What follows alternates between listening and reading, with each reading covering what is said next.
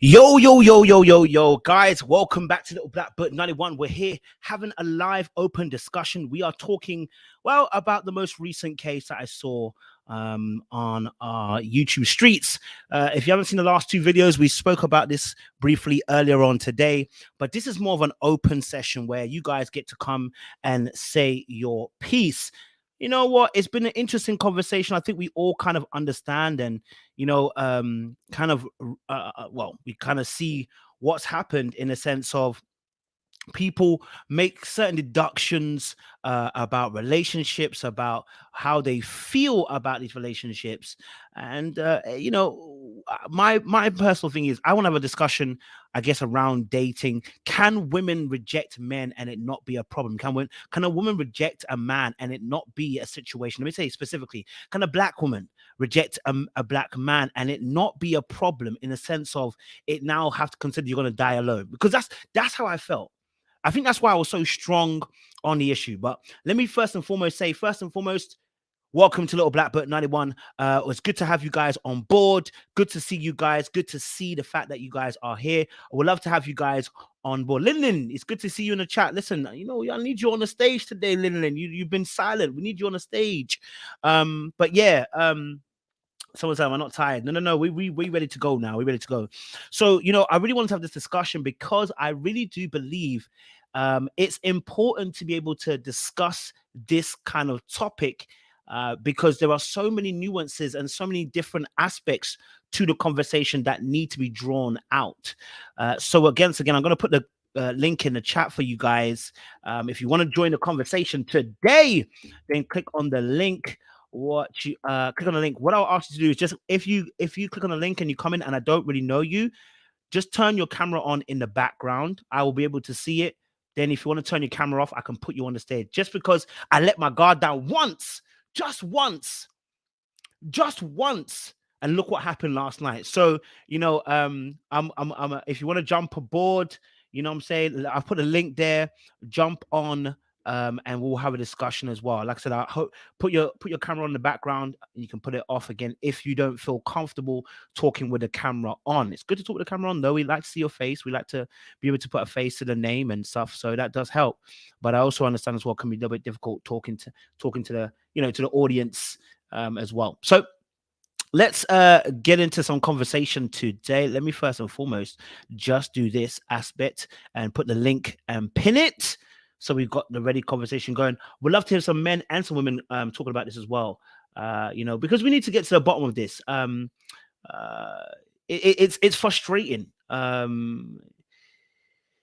It's frustrating to have this type of conversation, but it's also enlightening to have this conversation. JR, let me send you a link as well, JR. It'll be good to have you on board, bro.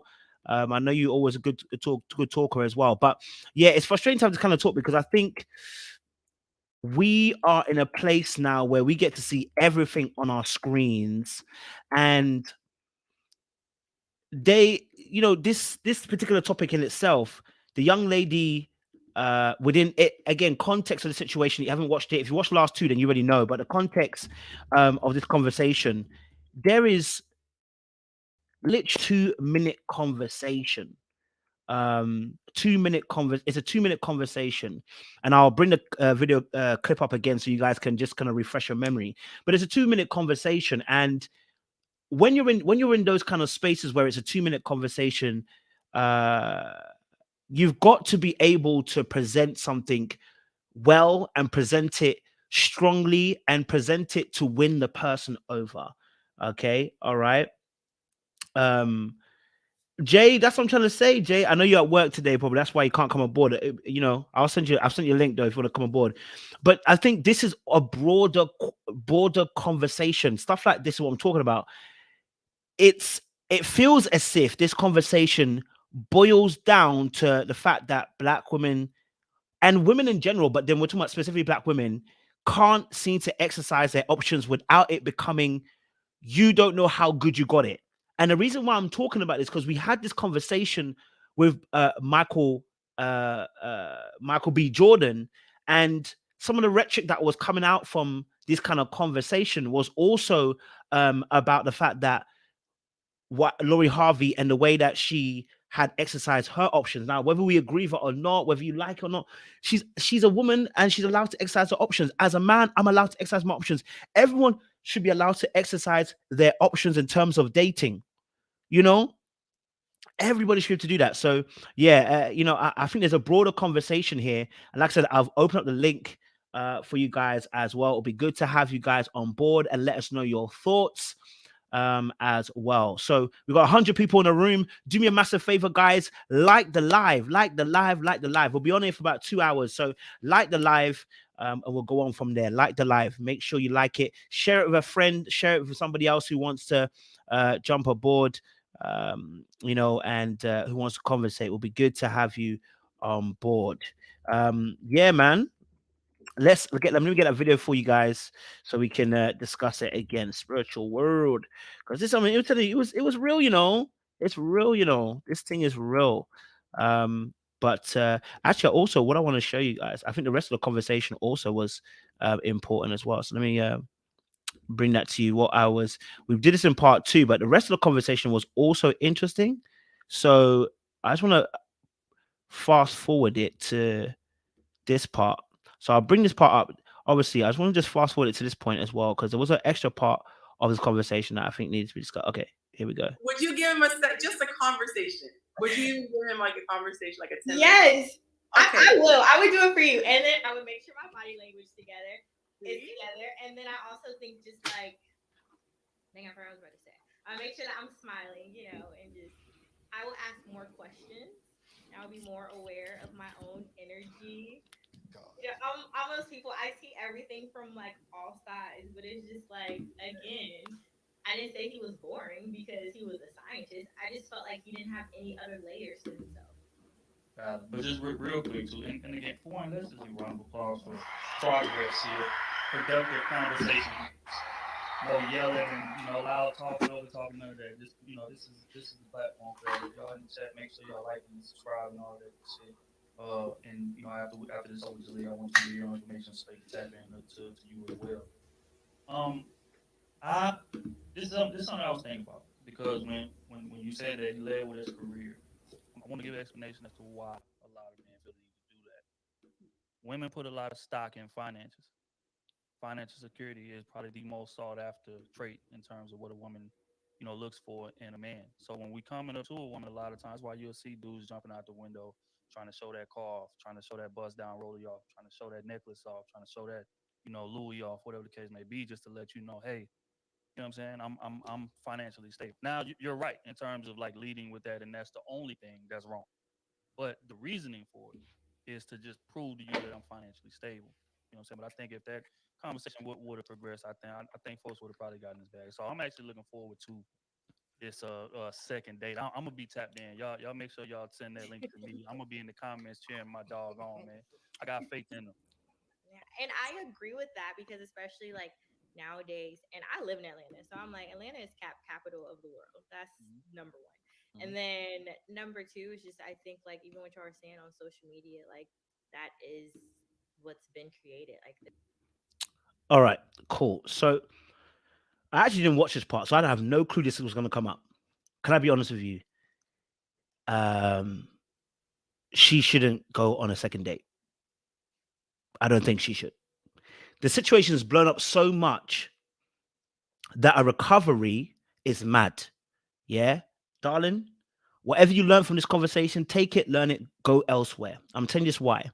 Because already the imprint of the mind of what he's gone through, it can't be undone. I don't know why they are pushing for her to go on a second date with this gentleman. I don't know why. It's not needed. Right? It's not needed. And this is what I'm talking about. Now the pressure's been added to such a way to say, give him a second chance. For what? What did he show that deserved a second date? What did he show that deserved more time? He had 2 minutes to present very well, and he didn't. Okay? Because let me tell you this now. My pride, the way it's set up, I'm gonna tell you this now. My pride, the way it's set up, after you rejected me like that, and what, because the whole world now cussed you out, you want to come to me? Now, even though I don't believe she's wrong, I don't want to be in a situation now where I'm dating you. That don't make no sense. That don't even make sense. You know what I'm saying? Like, it should just move on. She learned some key tools, smile a bit more, be a bit more open, body language better. Fantastic. She goes and learns. Next guy she has, she'll be able to deal with that. There's no need for her to go out. There's no need to pressure her to go into a second date or try to find out who this guy is even more. What's the point? She's already more dominant. And let me tell you this now. She's already more assertive and dominant in her energy than this guy is. Nothing's going to change. Nothing. You're just setting this guy up for a fool. Like, man, people be doing the most, man, and not be thinking straight. All right, there's a bit more, and then I'll get Lyndon on as well. This lifestyle, you know what I mean? Or people being like, oh, I don't want to talk to him unless he's driving a Lambo or blah, blah, blah. Like, and I think with me living in Atlanta personally, like, I've had so many guys that even like try to talk to me and they feel like they have value because of that. And I'm just like, you're lame. No. Like, you know what I mean? Now that kind of stuff is corny to me because I think like in general, I know people that got blue checks and they ain't got nothing in real life. I'm like, and That's a like, fact. you know what I mean? And that's the truth. It's just like the day and age we live in. So I just think, like I said, every day situation is a case by case scenario. Can I say something? I go into what I call Mama Yanti mode because I get real protective of people. Okay, I'm sorry. Just do this if you don't want me to keep going. I get really bothered when people, especially from the comment section, come with real intense energy that sometimes I wonder if they would actually come in real life. It takes a lot for somebody who is getting talked about and not in a positive way to step up, volunteer, come on, listen to the criticism, take in what she thinks applies, own it. And it's getting me riled up seeing these comments. I really feel on social media, people forget that they are whole people in these videos and memes. And like I said, this is why you will never see me doing a reaction because I've done like one where I posted it thinking it was because it was actually meant to be a discussion point. She's long, speaking. Man. Move on. To listen to things from every perspective. Now, I'm not gonna say I wasn't in my feelings by it at first because I'm just like, whoa. Like, I wanna say something, you know, and then I'm gonna get Lyndon on. I have to commend this girl, you know. Nah, real spit. I'm not trying to pander or anything. I really want you to understand. When you get slaughtered, yeah, by an audience for deciding to exercise your options, your right to say no, and then the audience, okay, has all these thoughts and feelings, all right, about you, and you can, number one, still hold your own. Number two, even push back on the things you don't agree with. And number three, be able to take some constructive criticism and take some feedback and improve your own situation. That for me screams a lot of maturity. If I'm honest with you, because this could easily be her inner feelings, all right, and easily been, I'll destroy the whole world. Easily. You know what I'm saying? So I have to commend this young lady, you know, for even just being able to handle it the way she's handled it. Do you know what I'm saying? You know, I wish the sisters had supported her.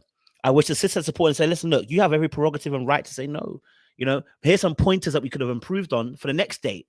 Not let's go back to that young man. Because what we've done, and I'm going to get Lyndon on now, what we've actually said is this. You don't have the right to say no. You know, you don't have the right to say no to the man because he's got this great job and he's a nice guy. And if there's anything I've taught you on this channel, your nice guys finish last for a reason. We don't encourage, we don't push for women to date nice guys because nice guys end up being bad guys. We push for good men who know themselves, who know what they're about, who are assertive in their own way, that are able to handle themselves, have control over their own self. We are talking about that type of good man, not a nice guy, because outwardly he looks so nice. Outwardly he looks so kind. Outwardly he looks like he will treat you well. We don't know nothing about this guy. So, but you should ask more questions on a second date. What for?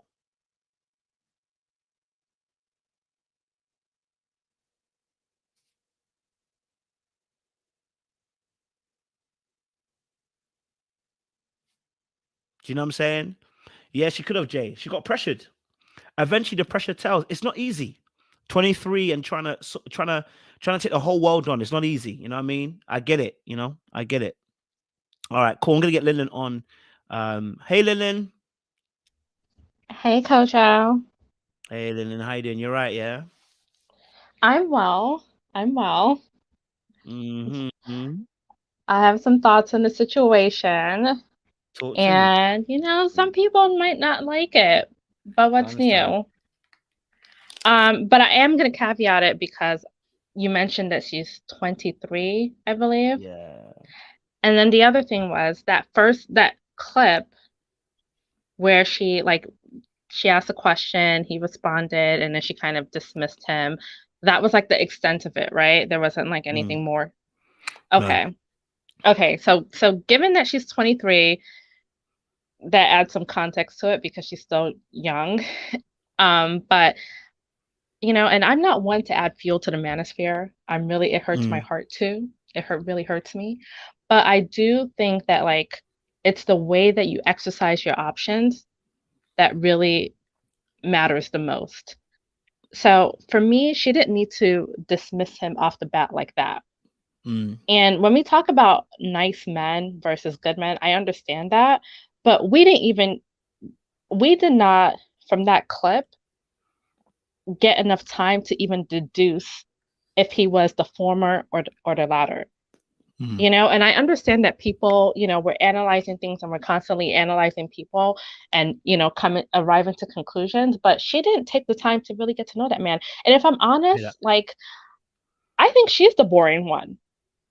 Because as someone who has dated frequently in the past, when I did, the whole tell me about yourself is like boring question, dating 101, boring question.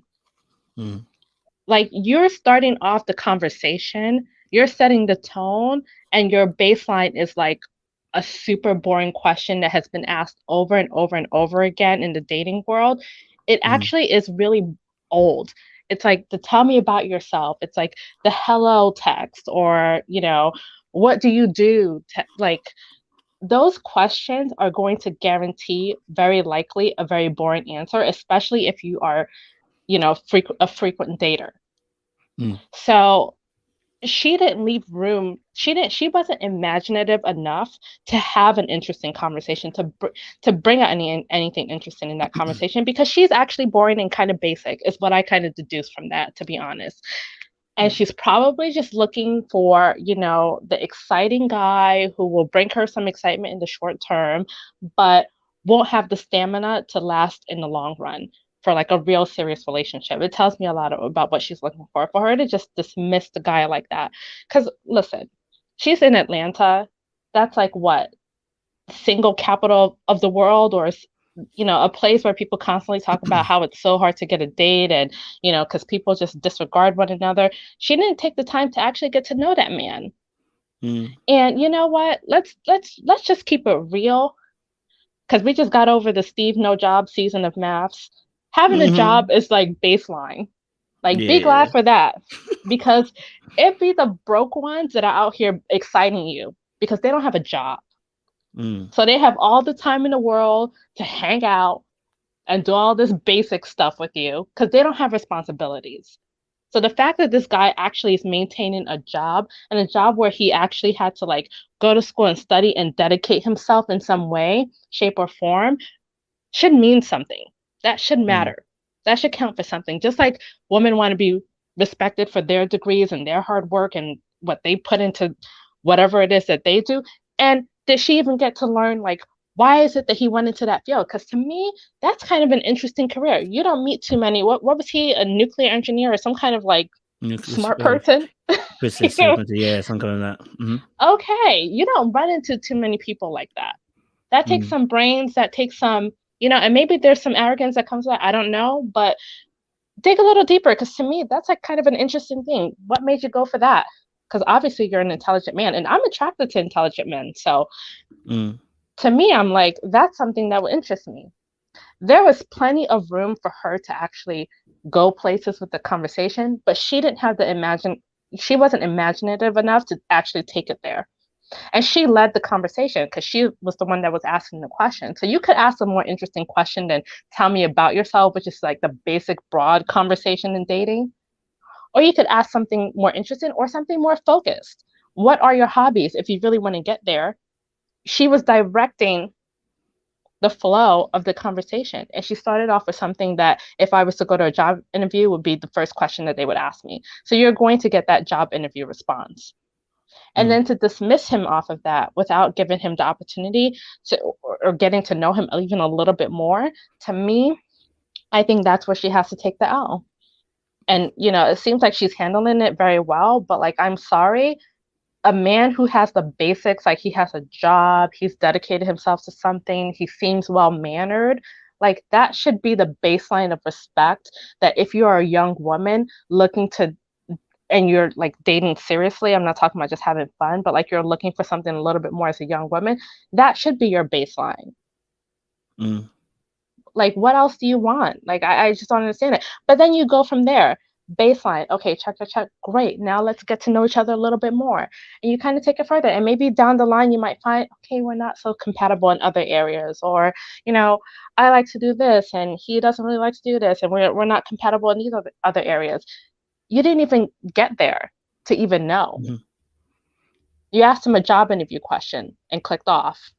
It's kind of silly to me.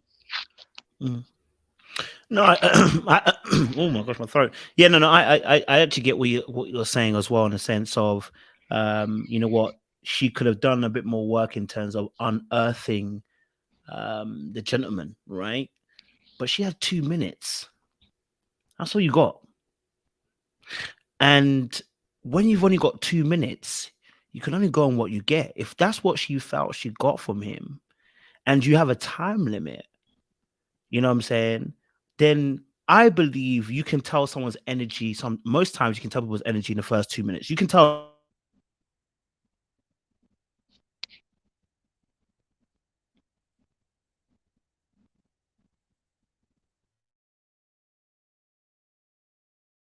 A lot about someone. Sorry, I went there. If I talk to someone for 2 minutes, more time, I can normally tell what kind of depth you have.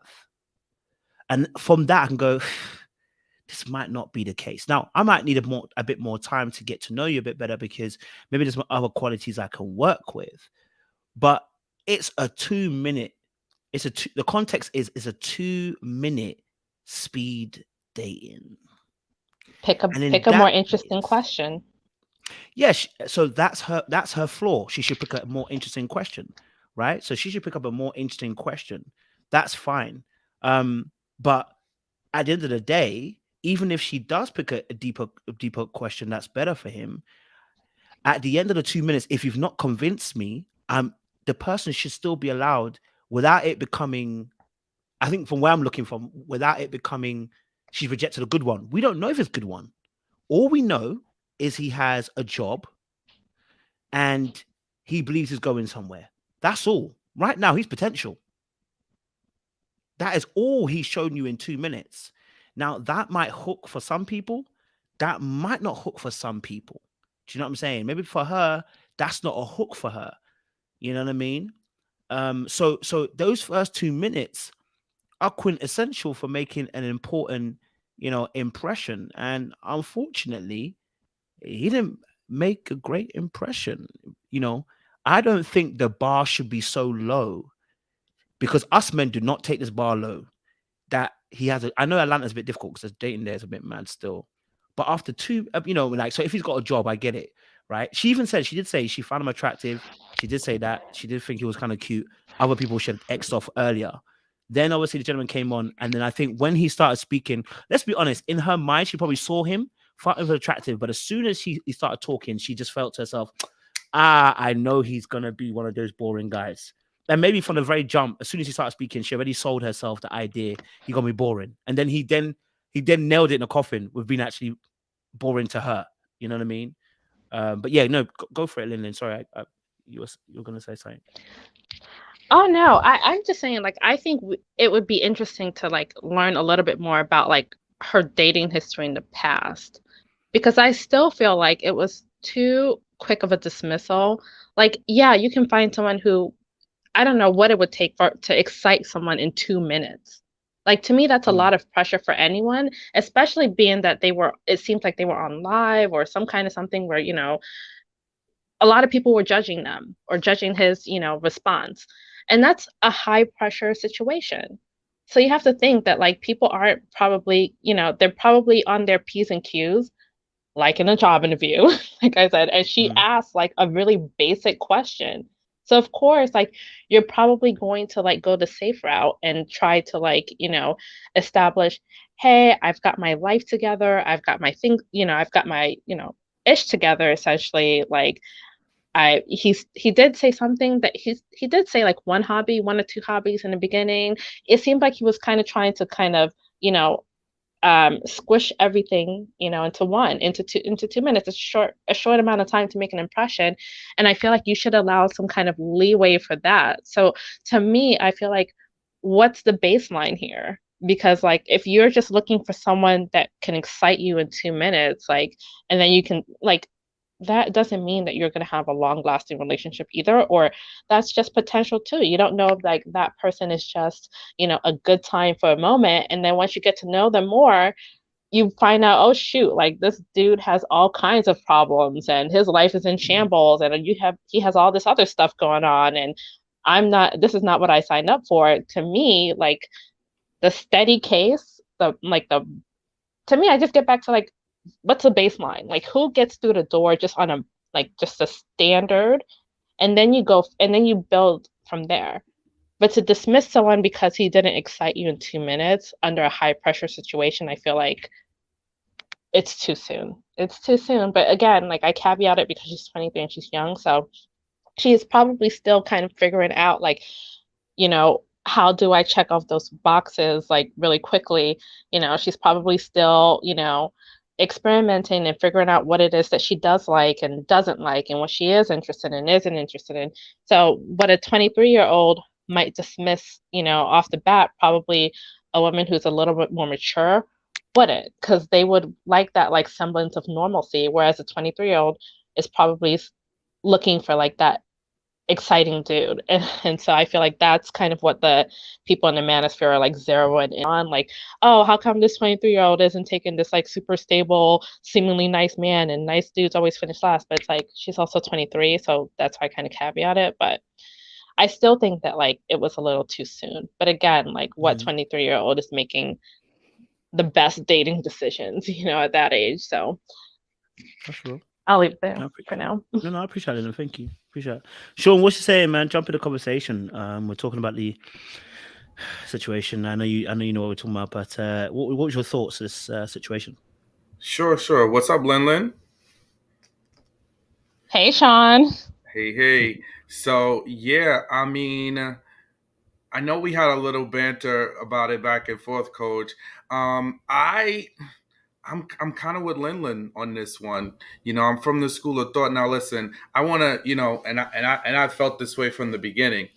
I don't think this woman deserves to be bashed or, called anything outside of her name. But I think when you look at the broader, picture, there's some opportunities for her to do a better job at picking. Now, I had seen some other commentary around, I believe she's dating somebody now, right? So the guy she's dating now has some potential. He's not as established as this other guy, right? So was willing and open to date that guy because he had more of, I guess, initially the sparks to get her attention, and she was willing to make accommodations on the potential side that he didn't have career-wise, financially, to give him a shot. So I think it's like, it's just a conversation to talk about why we make accommodations in one area but not in another, right? Because maybe this dude was just nervous being on camera, being on social media. You might not get a chance to fully know him. Why not give the guy a shot? She did on the surface find him attractive, right? Mm-hmm. So you find him attractive, you think he has some qualities. Nobody's gonna be perfect. Anybody you date, there's gonna be something to work with, right? And for the most part, we know that women want stability. Women want a man that has a plan. Women want a man that can provide for them in whatever capacity. Even if it's not marriage, you still should be at a point where you should be able to provide in that scenario, right? So on paper, he had that. Why were you willing to make an accommodations with the guy that had all the pizzazz and all that panache up front, but didn't have everything else you were looking for? But this guy, you're not willing to give him a chance. So we all settle, and I think that's where choice comes into play, right? We all have a chance to say, okay, I'm willing to accept this, but I'm not that. But if you're thinking long term about who's going to be the one that treats you better, chances are the panache and the pizzazz and all of that you're going after, a lot of times those are the ones that be having the ladies out here saying, these men ain't ish, y'all are trash, all y'all do is cheat and fill in the blanks, right? So when you get presented with the option that's likely to give you the best options down the line, why not, give that guy a shot, right? And again, it's a perspective. No, everybody's not going to agree, right? But it is just a perspective, and it gives us a chance to kind of see, maybe let me sit back and think. And when they started to talk to her a little bit more, I got to see her rationale and why she made the choice. And it was a little, shaky. She got a right to do what she want to do. She grown, but it was a little shaky in my opinion. What part of what part of her answer for why she's not dating him was shaky for you? Because she just dismissed him from the minute. And even in your earlier video, right? As soon as he said what he did, her body language was kind of like, she was not, she wasn't feeling it, right? She already had a preconceived notion of what it meant to be a nuclear physicist. So she kind of was like, and then her attitude towards him shifted. Now, she wasn't like outright nasty, right? But it was still a little kind of like, so he already was coming into the conversation with her with an L. Because she was like, you're talking up here, and this doesn't, I don't even know what you do, bro. Versus saying, oh, that might be interesting, or entering at it from a place of curiosity versus, all right, you're going to really have to win me over now because you got this job that's all the way over here and something I can't understand. No, I hear that. That's real. Again, I totally hear what you're saying. I think in this situation, I get what you're saying, especially I get what you guys are saying, and I accept also that point of view as well. Because I think that holds true as well, in the sense of, okay, let's say maybe, there might have been other factors. Let's say something that she hasn't mentioned, I think audience mentioned, I've also thought it as well. I thought nuclear physicist, you know what, you hear that, you're thinking deep intelligence, maybe I can't match up to that level. I spoke to some women in the past who said they felt intimidated by a man who's got certain everything all together, or he's doing a certain type of job. So I can understand that also being the case. Maybe she won't say it, but that too, right? But what part did he show in that video that says he's worthy of a catch? What part of what he said in that video is showing he's a worthy catch to spend more than 2 minutes?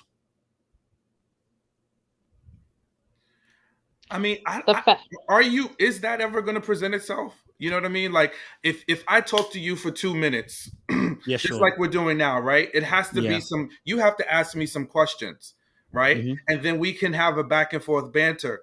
You're not going to be able to assess somebody in 2 minutes. What you can see is like, you know what, the person is attractive, right? Is step one. And then you're going to have to peel back some onions. Even the host, and that's what I think, like, even the host was like, really? She was even blown at why she dismissed him so quickly. So I think, yeah, it's going to be hard in 2 minutes. Okay, so when you first came on the channel, I assessed you within 2 minutes, bro. I knew what kind of guy you were. Okay. Right? Just by the rhetoric and the language you use, I said, this guy's gonna create problems for me. But I like it.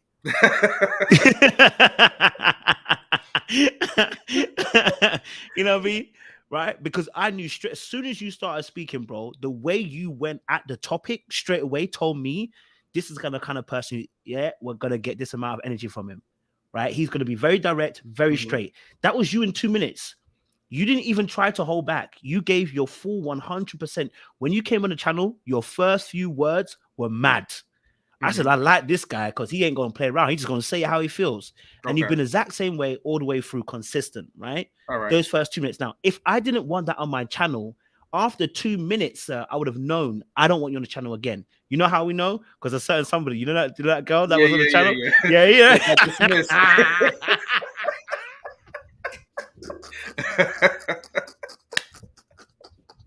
I get you. No, I hear it. That's a fair point. I can respect I'm also hearing that. what you're saying as well. I have a question for Sean though. How much pressure did you feel? Yeah, it was a lot of pressure. You know, it was a lot of pressure to be able to come in, especially the time when I came through. It's like there was already a panel in place, right? Yeah. And I think, no cap, but like it's gonna be difficult for people to just push through, and it's not everybody that's now a big part of your channel, right? So that doesn't mean that there's not a lot of other people that don't have opinions that could add value in a certain context. But again, I do understand, like, in this environment, you have to come prepared with your A game, so I do get, like, if you're coming with an elevator pitch and you're coming with how you're going to present yourself, he knew he was coming. You should be prepared to say some quick punchy things that are going to, catch her attention and get you to the next stages. So I do understand that part of it. I think there is a pressure. I also want to take this into account. There is a pressure trying to sell yourself in 2 minutes, right? I'll be very honest with you. I may also have flunked the test like that gentleman within the first 2 minutes, right?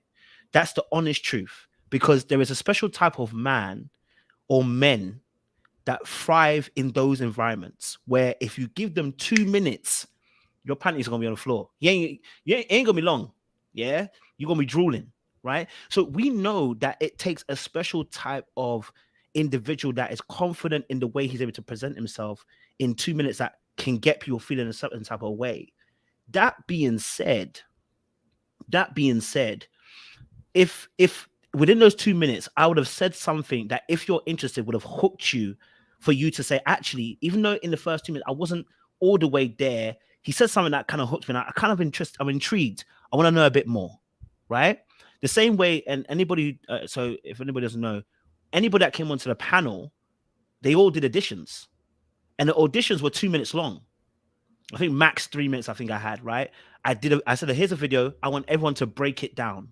And within those 2 minutes, I watched everybody who was doing their thing. And what I did is I started watching, okay, this person's like this. I noted down, this person's like this person's like this. And I think I got it better in your group. I think your group was a really good mesh in terms of the flow and the banter, the way you do. The first group was also really powerful, but I didn't necessarily audition them. They came on because I saw them. I spoke, oh, you're quite good at this. Okay, you come on. Whereas your group was genuinely an actual audition. I said, do the audition, and there were many people that did it, and you guys were the ones that's like, when he spoke, he was saying this. I like that energy. I need a bit of that in it. This young lady said this. Oh, I need that energy in there. And that is within 2 minutes. Now, I could be wrong. Someone else could do a video in 2 minutes, and it could be amazing for the platform, but actually because I gave it 2 minutes, they weren't really fit for that particular purpose. But that's unfortunate because the role that I was requiring for had a specific amount of time that I needed to ask these kind of questions. So then in that aspect, this gentleman that's on that show, he's never going to win in a scenario like this. The winning comes when you're at work. The winning comes when you spend a multiple amount of time with people and they get to know you in a passive manner. Do you know what I'm saying? But like yourself, Sean, I'm sure now, listen, if you go on a date right now, sir, I'm very confident, sir, you'll be able to present yourself in a way within the first 2 minutes. You know what I'm saying? That the person will get a good grip of who Sean is straight away. If the person doesn't like what they see in the first 2 minutes, more than likely it's gonna be very hard to kind of win the person back. Do you know what I'm saying? So, but yeah, no, but yeah, go on, Sean. Sorry. Oh, no, I think, and I think that's the part where I teeter with, and I just feel like some of the fire that she's getting, she shouldn't get it. But the other part of me that just has me kind of like pulling back is like, being a man and knowing like the guy that knows how to charm you sometimes, and in a lot of instances, is not going to be that guy that's going to give you, if she's looking for a relationship, the ones that have mastered how to get you based on, using the words, sometimes those are going to be the same ones that you're going to be crying about later. So that's my thing is, we got to kind of peel back. Why do we make the choices that we make? Why are we so fixated on somebody saying the right words to tickle our ears in the right way, or to have this swag? Is that swag is that the thing that's gonna get you the relationship satisfaction that you're looking for? Again, that's, if she's looking for a one and done, a one night stand, yeah, you choose how you want to choose. But I don't think that's what was happening here. This was about trying to find somebody that you're going to date. And then again, she made an accommodation with the next dude that she says that she really sees a future with. But the accommodation you made on that side was a bigger risk.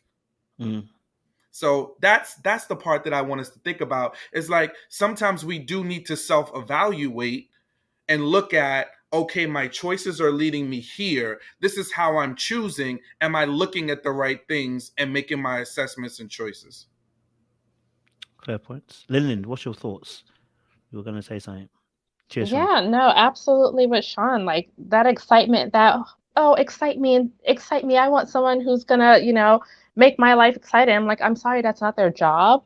Like, I'm sorry, like that's not someone else's job to like, yes, you should enjoy your time with your partner, but like a lot of that stuff is fickle. But that's why I give her, I caveat it because I understand now that she's 23 and, likely still learning. But like, there's a reason why Atlanta, you have those dating carousels, like same with my neck of the woods in New York. It's like that too, because of this false idea of like, oh, there's so many options, so many options, so many options. But then you see, like Sean said, what she did compromise on were like basic stuff. So it's like, my God, like guy just has his life together just as a baseline and can't get through the door. But you're going to take the exciting dude, and that excitement a lot of times will have you stressed out, have you losing hair. You're wondering what he's doing at night when you're not there. Like, yes, exciting for the younger girls, but, that's why I say, like, I understand she's 23. Probably a big factor in this, her dismissal so quickly, but like, I do kind of understand how men can get frustrated if like them just doing but then we go back and we go, these men, they don't have, me and my dusty word, but like, we talk about the dust and we talk about dudes not having it together, and like basic guy, he seemed respectful, he seemed to have his life together, can't get through the door. And I'm not saying that like, oh, nice isn't, nice is all you have to do, nice isn't going to get you anywhere. And I understand that I'm not that simple, I get it, but I'm just talking about baseline, what kind of should get you through the door, And then you go from there to see if there are other qualities that can actually make the relationship last. But like, what is your baseline? And if your baseline is, I just need someone to tickle my fancy in 2 minutes, then you're going to be on that dating carousel, because you don't have, and it to me, it says more about like your own lack of depth too, because you don't have that ability to dig deeper. You're not imaginative enough. You can't carry a conversation to like take it to those other places. Because I've met some really charming people. I rarely ever hear the charming people that I've met say other people are boring. Like, I've never heard that from people that actually have charisma, like that actually like a joy to be around. I never hear that kind of critique. Usually I hear it from like simple people, but that's just me. So you don't think he was not boring? No, absolutely not. You was excited with those 2 minutes. I was intrigued. I was intrigued in those 2 minutes. Yes, I would have said. What intrigued you? Like I said, to me, being a nuclear physicist, that's a very interesting and rare kind of career. I've never met someone who's in that field. I would be intrigued. What drew you there? You know, what got you interested in this? You know, and then it kind of progresses. What do you like to do in your free time? What do you do outside of work? But like, also another point is that like, with that kind of a question, what do you do? A lot of people are identified by their work just naturally, because work is a big factor of a lot of people's lives, right? Like whether you're a CEO or you work a job or whatever, you know, you're in a career, like not just working some menial job like in the cash register or something, not to like say anything bad about that. I'm just talking about like you're like have been on a career path, you know. A lot of times like people don't just choose their careers lightly. They you know, it has more to do with like their passion and what they really, you know, are focused on in life. And so that is a big part of a lot of people's identity, is what they do, because it's such a big part of your day. And then there are the extracurriculars, and then there's, you know, your personality, your chemistry that you might have with someone, etc. Like, there's so much more to people than like the surface level, you know, conversation. But a lot of times people do not do the work to kind of get there. They're just looking for like the tickle me right off the bat. And I'm telling you, someone who has like been on the dating apps, and I don't do that stuff anymore, but like, that is a really basic and boring question. Tell me about yourself. Like, you know, but I guess what can I expect from someone who's that young? Like, but that is a really like basic interview question. So you got a really basic answer. But even with that answer, it was enough to kind of say, okay, this dude, he's a potential. He's a potential. Am I saying that I'm like, this guy I can see myself spending the rest of my life with? Of course not. But potential, like someone that you can actually bet on to like get further on in a potential like longer lasting relationship, there's got to be like some sensible baseline there. And if a guy who has his life together, who's respectful, who's approaching you in a, you know, courteous way, who has something intriguing about himself, can't get himself through the door, it says a little bit more about like, what is it you're looking for? And then like Sean said, when you find out what it is that she did make concessions for, it's side eye. This is a situation where you can say, hey, you might want to choose a little better. Okay, I hear you. JR, what's your thoughts to this, Captain? Good to have you aboard, by the way. Let me unmute you. Kojo. Thank you, Kojo. Yeah, so I saw the video and seen the reactions that came back from it. And my thoughts were straight away, just visually, aesthetically, didn't look like a good match to begin with. You know, I'd be very surprised if they did actually have any type of chemistry to move forward.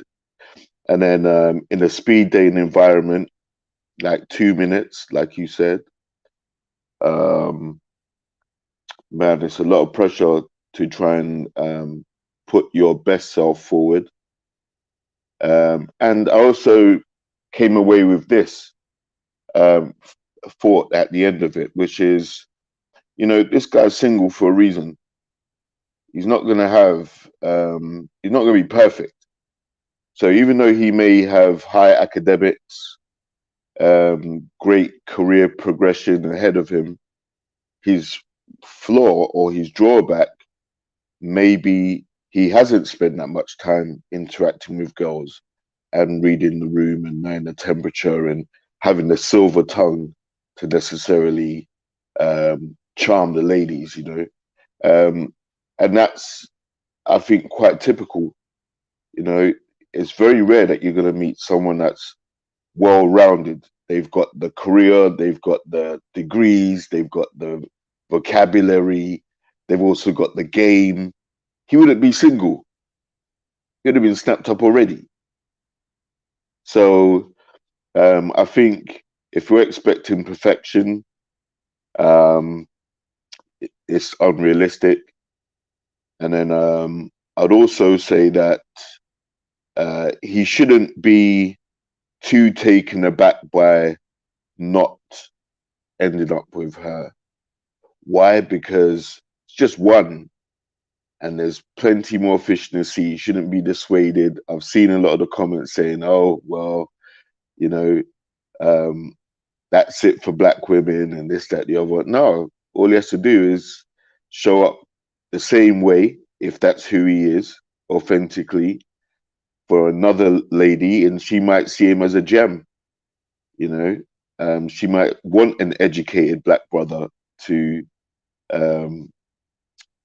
have a relationship with, rather than someone who spits game and who's flashy or who's nice with the words. Because it's those type of guys that end up probably using that vocabulary on multiple women, to be fair. That's how you get well versed in it. The more girls you speak to, then the more you perfect the art of knowing what they want to hear and then the topics they want to talk about. You know? So yeah, that's my thoughts from it. Like, you shouldn't get dejected or downhearted. Probably the fact that it's gone viral might embarrass him a little bit, because at least the black community, a lot of the black community's seen that video now. But he shouldn't be dissuaded and put off. Just put your best foot forward, and you know, if he likes to date black women or whoever his preference is, he's allowed to have his choice as well. But yeah, keep going. Don't be too dejected about it. Let me ask you something. Question, JR. Yeah. Would you date a nerdy nuclear physicist that was a black woman? Would you date that type of woman? Yes, I would. Because I like nerds. I like. See, and the thing is, like, for me, I like to have conversations that aren't necessarily surface level or basic, right? And I mean, I'm into like some weird stuff. Like, I'm black. That doesn't mean I just listen to rap music, drill music, and you know, there's other layers to me as well. I like astrology. I like talking about different cultures, cuisines, learning different things. So for me, I like the secretary type, the nerd type, intellectual, because you can have more conversations about things. I'm not saying that you lead with your job and you lead with your career, because I believe that when you come home, you should be able to switch off and leave your career behind. What other stuff do you bring to the table? What other conversations can we have? What other things do we connect on? So yeah, for me personally, I could date a girl that's a nuclear physicist or scientist, or someone that you know has more of an intellectual capacity or space to their job. Can I ask something here? Go for it.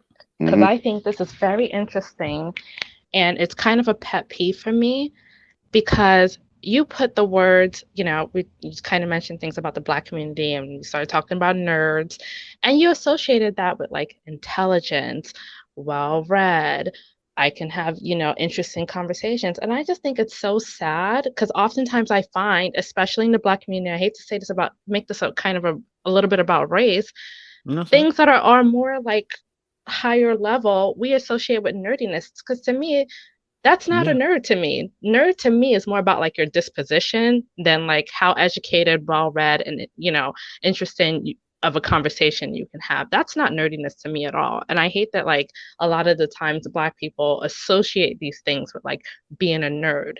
And to me, it has more so to do with like your general disposition than like how smart you are or how well you can carry a conversation, because that's not nerdy at all. No, I definitely Can I respond to that? You go for it, Joe. Yeah, go on, Joe. Yeah, the thing is, as Black people, we are commonly regarded as being the cool trendsetters, the butt of the joke, the class clown, the rappers. Even though many of us in our community are highly educated, very well spoken, that doesn't often get reflected in the way that we view ourselves or other communities view us either. And so we have this connotation, like I'm of Jamaican heritage. And so I'm used to people thinking that, as soon as I say I'm Jamaican, people think, oh yeah, reggae music, man, weed, you smoke, you do this, you do that.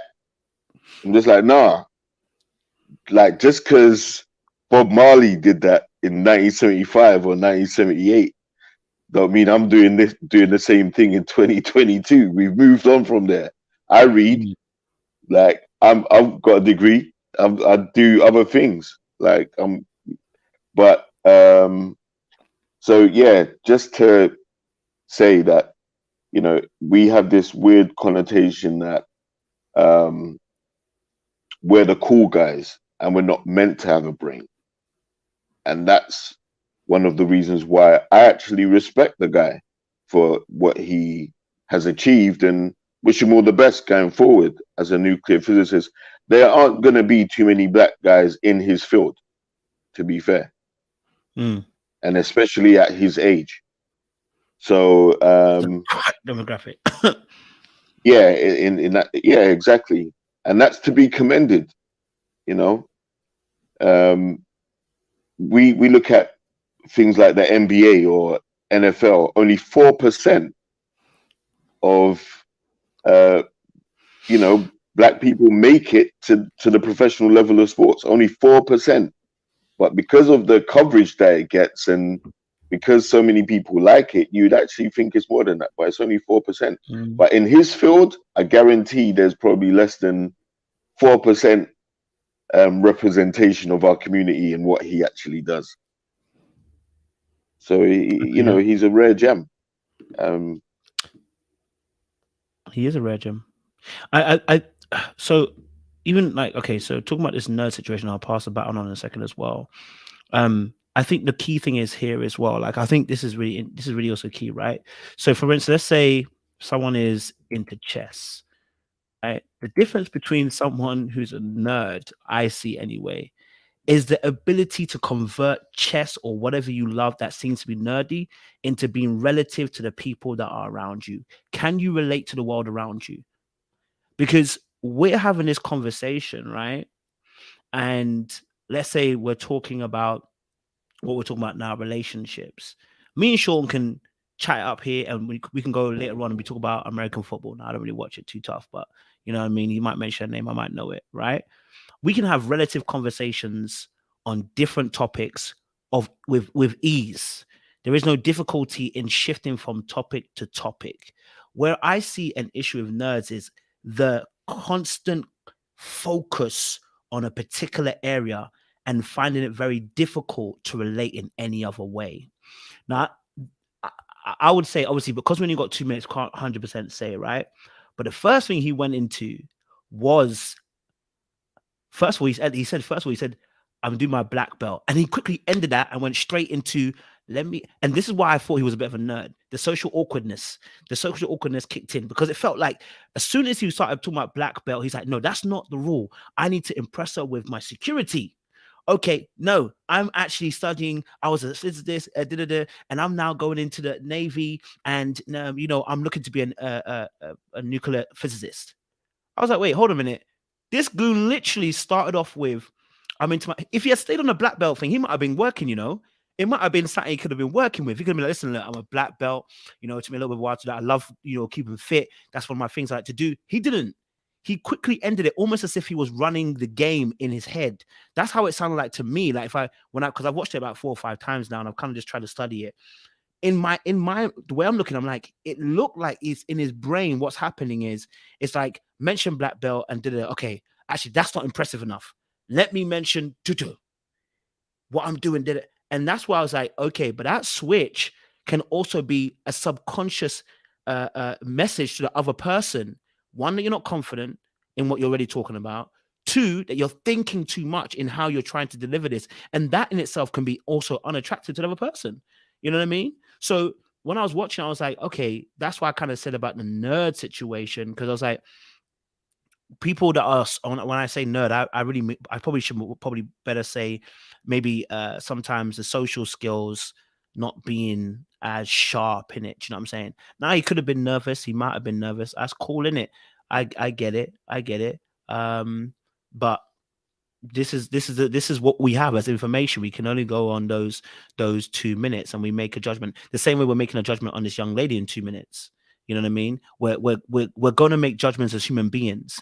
And so that's why I'm saying about putting your best foot forward, because everybody makes judgments. When I do a review, I'm making a judgment.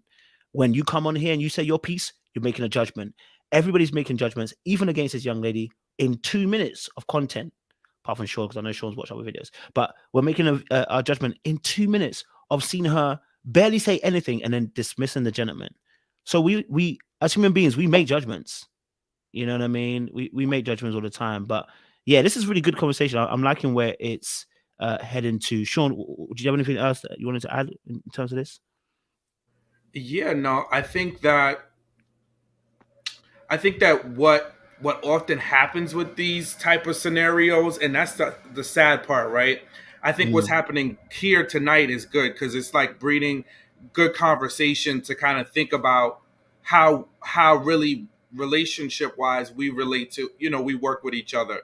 But I think the unfortunate underbelly of it is when we start ripping somebody apart, right? Yeah. So, and that was happening on both sides of the camps, right? So they're just ripping him apart, right? Oh, he's trash. He don't know how to relate to women. Start talking about him, and then it's her. Oh, all she is a fill in the blanks, and she's just gonna get a man that's gonna cheat on her, treat her wrong. I don't think that's the thing. Like, that's not gonna get us anywhere.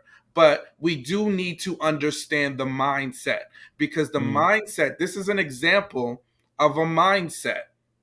And I think we all need to kind of like sit back and reflect on our decision making. And if we're all immediately super defensive about a choice that we made, then we're not going to be open to make better choices. If immediately you're like, no, I'm good, I know what I'm doing, and I do this. No, you're not right all the time. I'm not right all the time. So if I can't look at something and say, maybe I've made choices like this in the past, and this is what got me down the path that I got. So I should be maybe rethinking about what are some of the things that go into why I would reject somebody up front like that. So I think like that's what we gotta like get to that point where we're able to assess ourselves. But if we're always super defensive, and the minute somebody tells us something that we disagree with, we push back and we make it about them, then that tells me a little bit more about you. So that's kind of what I'm thinking. Someone said you better remember these statements that you make when RTL comes back on, bro.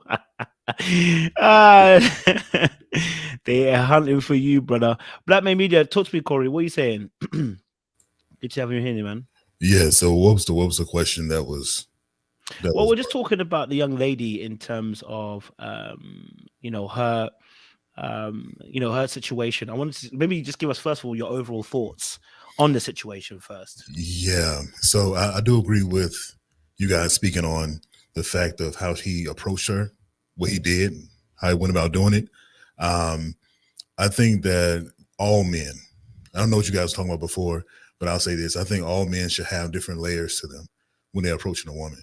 I don't think you need to lead with your intellect, so to speak. So I think women are picking up on your vibe, the fun part of your fun qualities. I think that's what women are really looking forward to talking to you about. The intelligence, what you do for a living, all of that comes down the road. There's not something that you bring up, the first conversation or the first topic of conversation that you have with someone. Yes, your career, what you do for a living is, it's a nice job, so I understand why, but if you're leading with that, it comes off as if that's all you have. That's all you have to offer. So in a sense, I can understand what she's saying, like he didn't have anything really to offer to her.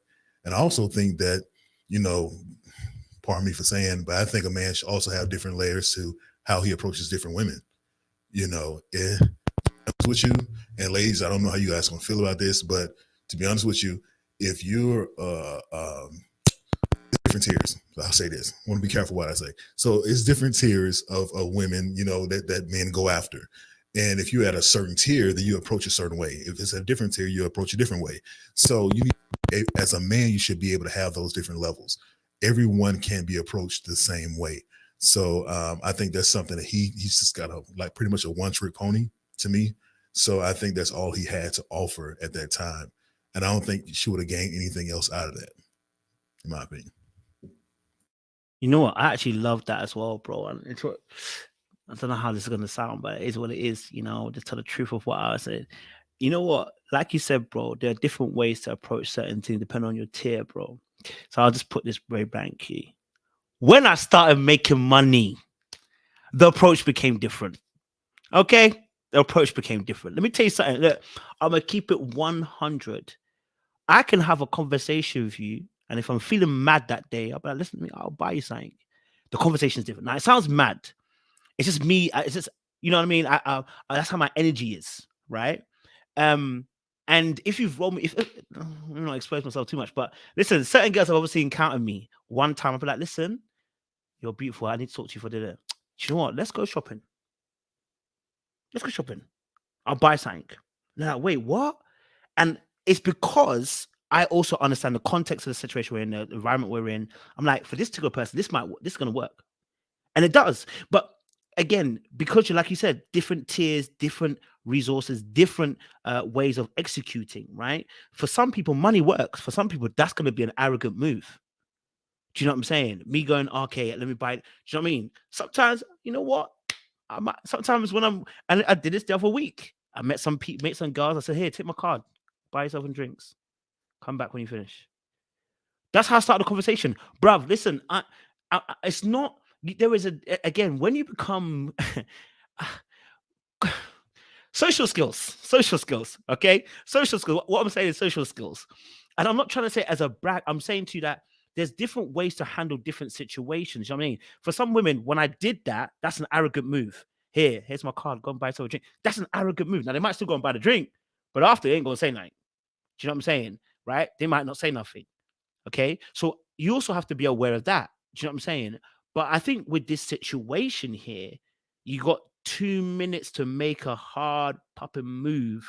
Okay? All right? Someone said, take my card, praying for you, lol.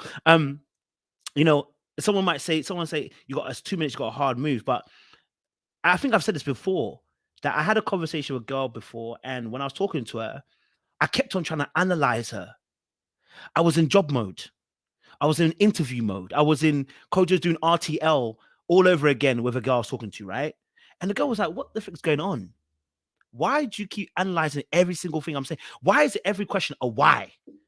Why can't you just add on to what I've just said? I was like, wait, what? Like, I'm not analyzing. I'm just like asking you why you feel the way you do. She said, no, but you're analyzing. And I'm like, what? I didn't even clock. I was analyzing every single conversation we're having. You know what I'm saying? So sometimes it's not even nervousness. Sometimes you have to be self-aware in the way that you're actually coming off. Him talking about the nuclear physicist situation really wasn't going to work here. Maybe that works with the people that are in your field. Maybe that works with people that do the things that you do. But I said this on the very first video. Nuclear physicist is not something that is normalized in our community. Lest it be even white community, I would even say. It is a very specific and very unique lane that you're in. If he had said, I'm an American footballer, like JR said earlier on, or if he had said, you know what, I play hockey or something like that, sports or whatever, it's something that we can all kind of relate to. Nuclear physicist. I'm like, only those who have who want to do intelligence, sapiosexual, if you want to call it that, maybe will be like, oh, let me find out a bit more. The other people are like, bro, what do you mean nuclear physicist? What the? Yeah, you're one of those nerds, man. Let me leave you alone, man, and let me get on with the thing. Do you get me? So I think that also plays a role in it as well. Do you know what I mean? As well. But I don't know who wanted to jump in. Anyone want to jump in? Sorry, go on. You're gonna say something. Go for it, and then JR can go after. No, Black, go for it, and then JR go after. I was going to also say that some people can be intimidated by intelligence, so we can't rule that out either. I'm not saying every woman feels this way, but there is a demographic of women who do feel that way, just like there's a demographic of men who fear intelligence.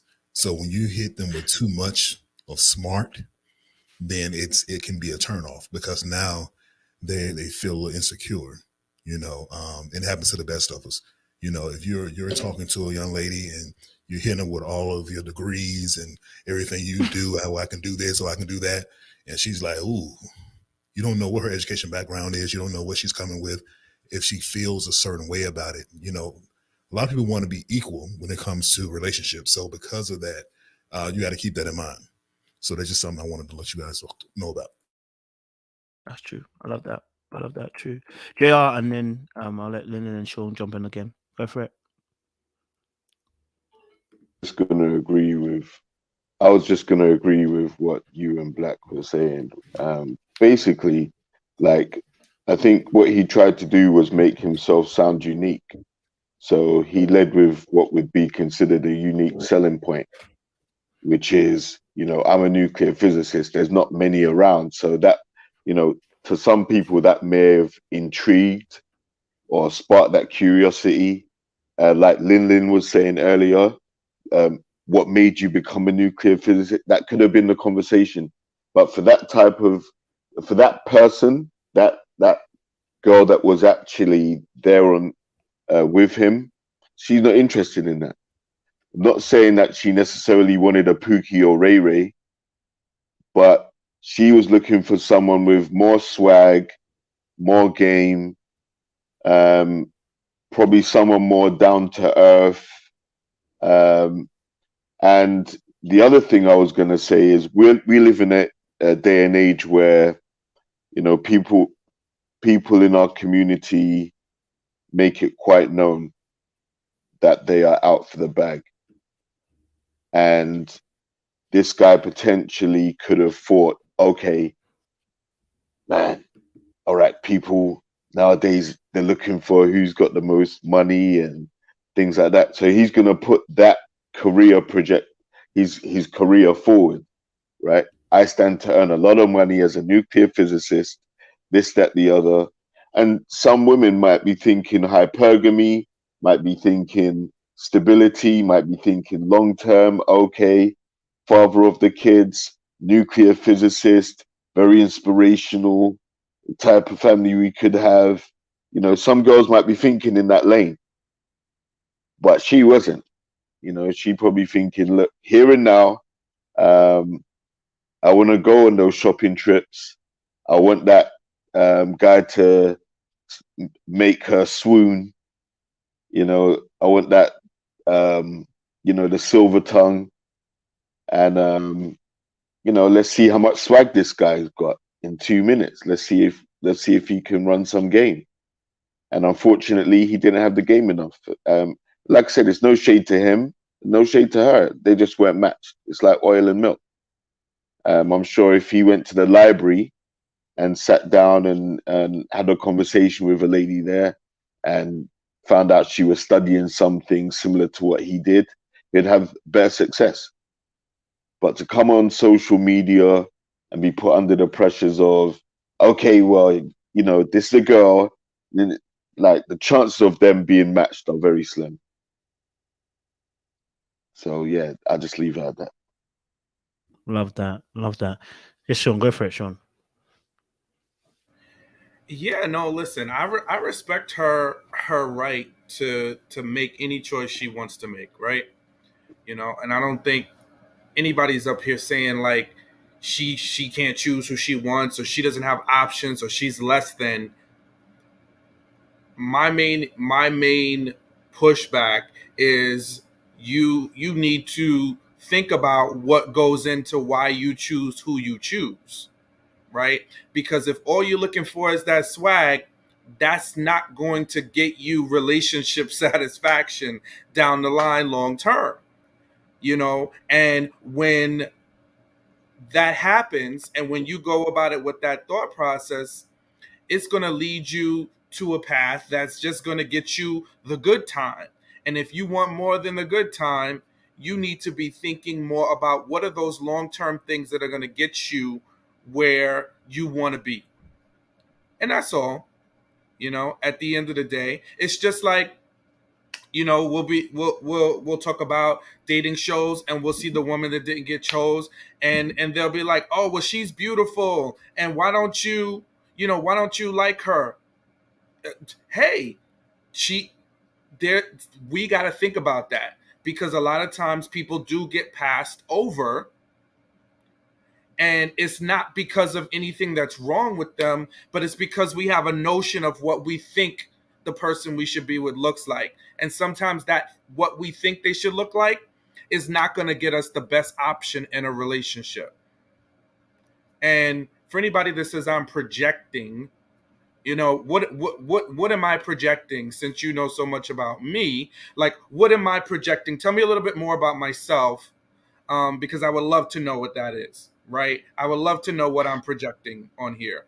I just am saying, let's explore looking at something differently. And if that triggers you so much to have somebody tell you that you might be wrong, or triggers you to the point where you can't accept that you could do something differently, then that's more about you than it is about me. Because, hey, that's what makes the world go round. Different perspectives. If I sat up here and said everything that you agreed with, what fun is that, right? So be open to it. You don't got to agree with me. I don't care. But I think like you also have to think about you want relationship success. And we do hear women saying, "Oh, listen, this dude did X, this dude did Y." And then the pushback will be like, "Well, how did you get there?" Right? If I landed in a situation, anybody that has seen me knows that I was divorced, right? So I had to go back and look at me and say, what got me to point A, Y, A, B, C? And what do I want to do differently so that I don't land in that situation? And some of it has to do with the way that you choose, the choices that you make. What do you look for in a relationship? If you want a different outcome, something has to change. And that's all I'm saying. I think she potentially was looking at him and making a judgment, looking for something swaggy or looking for somebody that showed up and said all the right things. But is that dude going to be the one that's going to get her into a good relationship where she'll be happy and healthy down the line?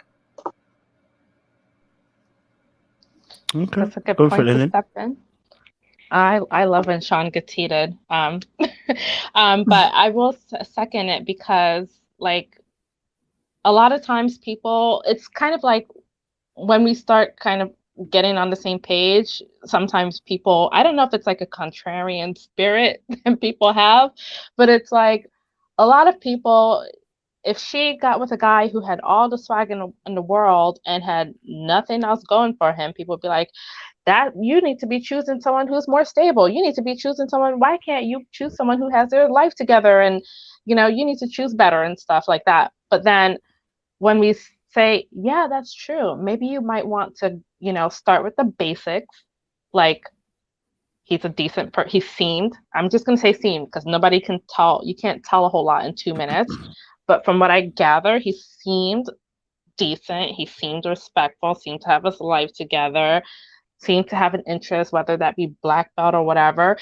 Like a lot of times, like typically it's like your parents that will teach you kind of how to properly vet, or they will vet for you. I know like a lot of people grew up where they're in single parent households, or like no one's teaching you these seeds to look for. But again, that's why a lot of people are just on the dating, you know, wheel, and they just cannot get off that wheel because it's just constantly going for the same thing every time. But I feel like I have said this several times, but it seems like people don't get it. I will caveat that, like, I understand that she's 23 and she's young and she's still figuring things out and still has time to. But, like, I do think, like, this is kind of the time to start kind of evaluating what is it that you kind of want in someone. Because when we think about, like, long-lasting relationships, everyone's always looking for like that invisible thing. Like someone needs to, you know, what do they call it nowadays? I think they call it like, I need to feel passion, or I need to feel like these invisible feelings, or I need someone to entertain me, or I need someone who has swag. But that is not the foundation of long-lasting relationships. Like long-lasting, solid relationships aren't built on just swag, you know, alone.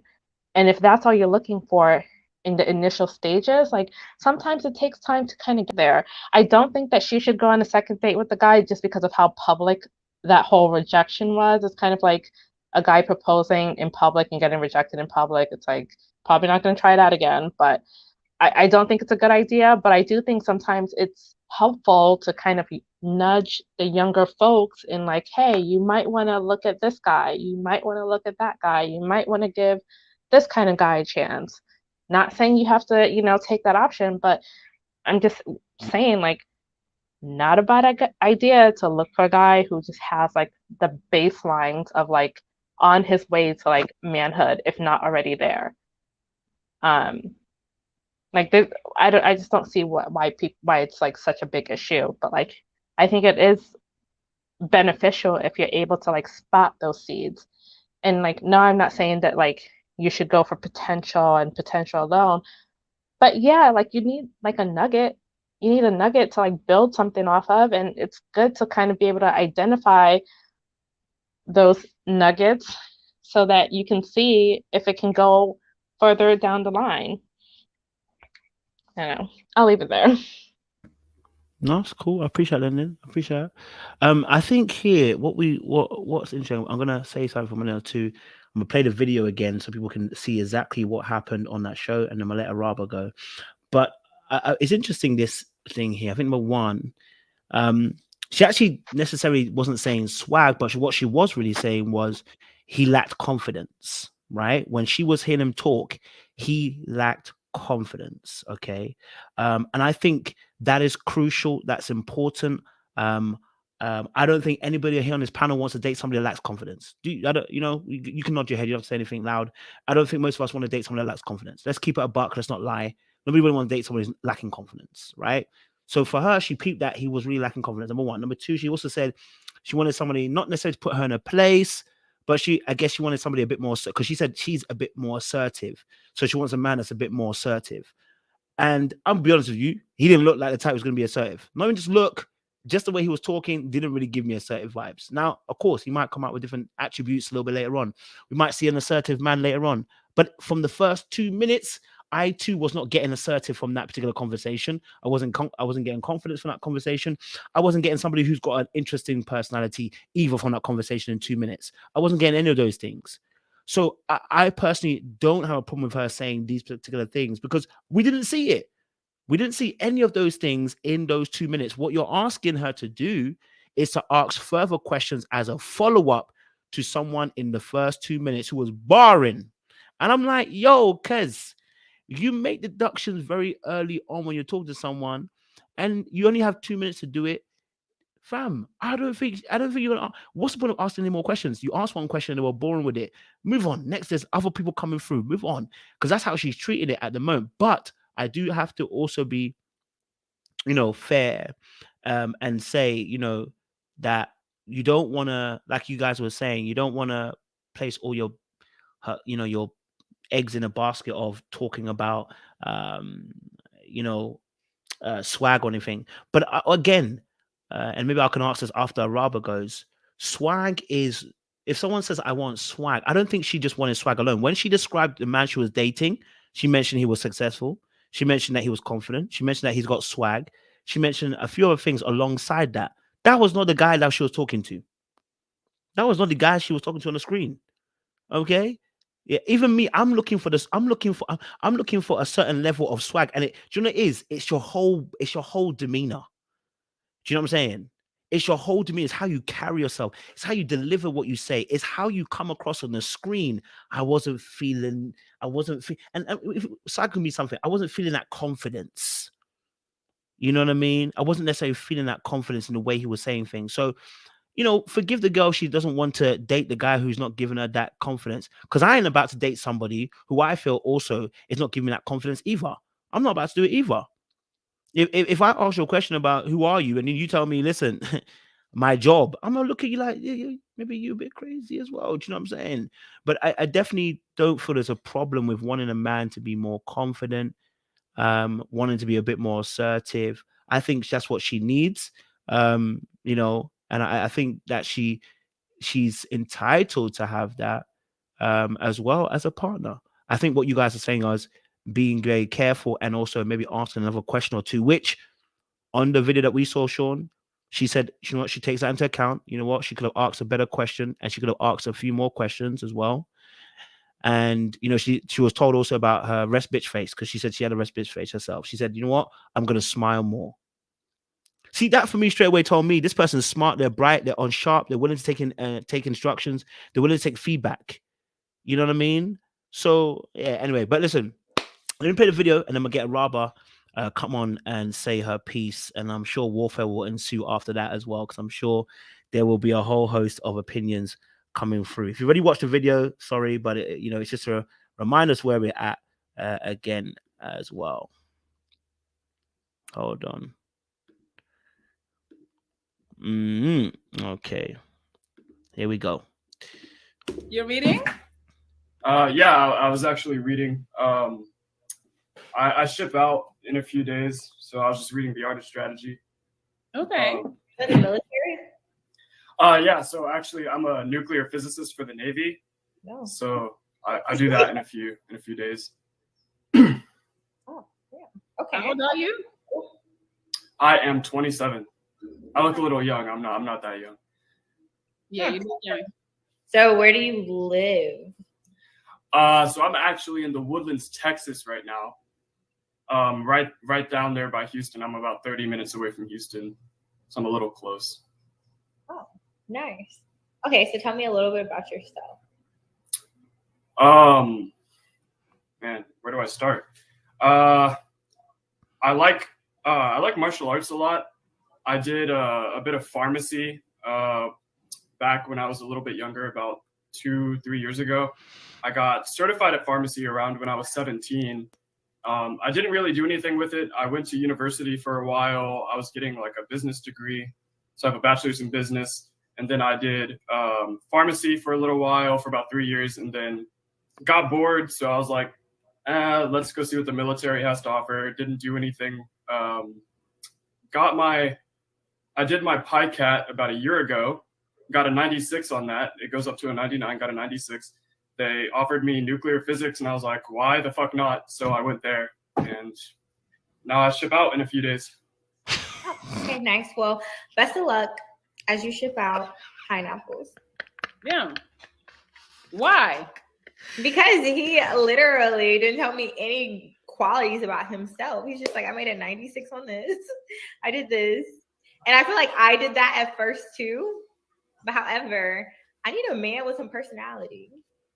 You felt that quick? You know you didn't have personality? Yes, I'm really good at reading people. Okay. You're reading? Yeah, I was actually reading. Wait. Just before Araba goes, now I've watched it again. There are some glaring things in this, First and foremost, how you go and start the camera and be like, I'm just reading. Nigga, get the frick out of here. What you mean? Oh, I'm just reading. Like, yo, brother, wrong crowd. Wrong crowd. Try that with Betty at the library. That's going to work. You know what I'm saying? So that was a wrong crowd, first and foremost. And then secondly, I also realized I've been learning about is it 96, something about 96 ways about having conversation or whatever, and he did something which was the opposite of what you're supposed to do. So you should never use jargon and words that are associated with your job that are job specific, because the person who is not in that field will not understand it. It's actually you actually block the person from actually understanding. For instance, if I start using banking terms, right, certain banking terms, me and Sean will know because we've banked. There are certain words that we know, and we say it, we'll smile because we know exactly what we're talking about. But when we do that, we isolate people from having a conversation with us because we go into very specifics. He talked about pie cat, and he got real excited about getting a 96 out of 99. Nigga, nobody cares. I'm just gonna be honest with you straight here. We don't care. Okay, all right. Let me be honest with you.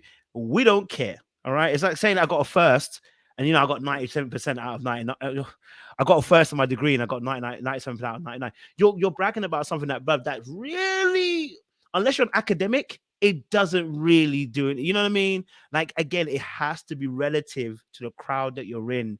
Saying you got 96 out of 9. He was so excited for saying he got 96 out of 99, like he was telling his parents or something. And I'm not trying to boy it. I'm just trying to really just be honest. That was to the wrong crowd. You know what I'm saying? Like, but anyway, Araba, you wanted to say your piece about the situation, baby.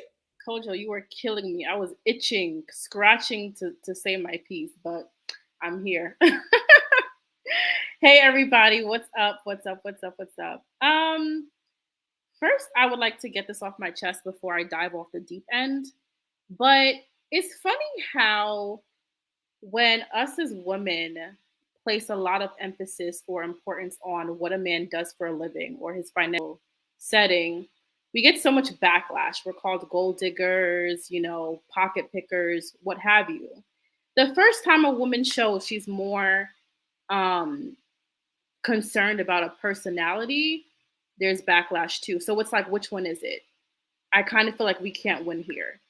Are we allowed to go after men who are financially secure or the personality? Like, it just seems like whatever we do, there's going to be backlash. So that's something that I noticed, and I thought that was pretty interesting. Second thing, I feel like it's not that deep, right? Because we don't have this conversation with men about, oh, you need to open up your options. It's like, we don't talk about this with men at all because men know they don't have to settle.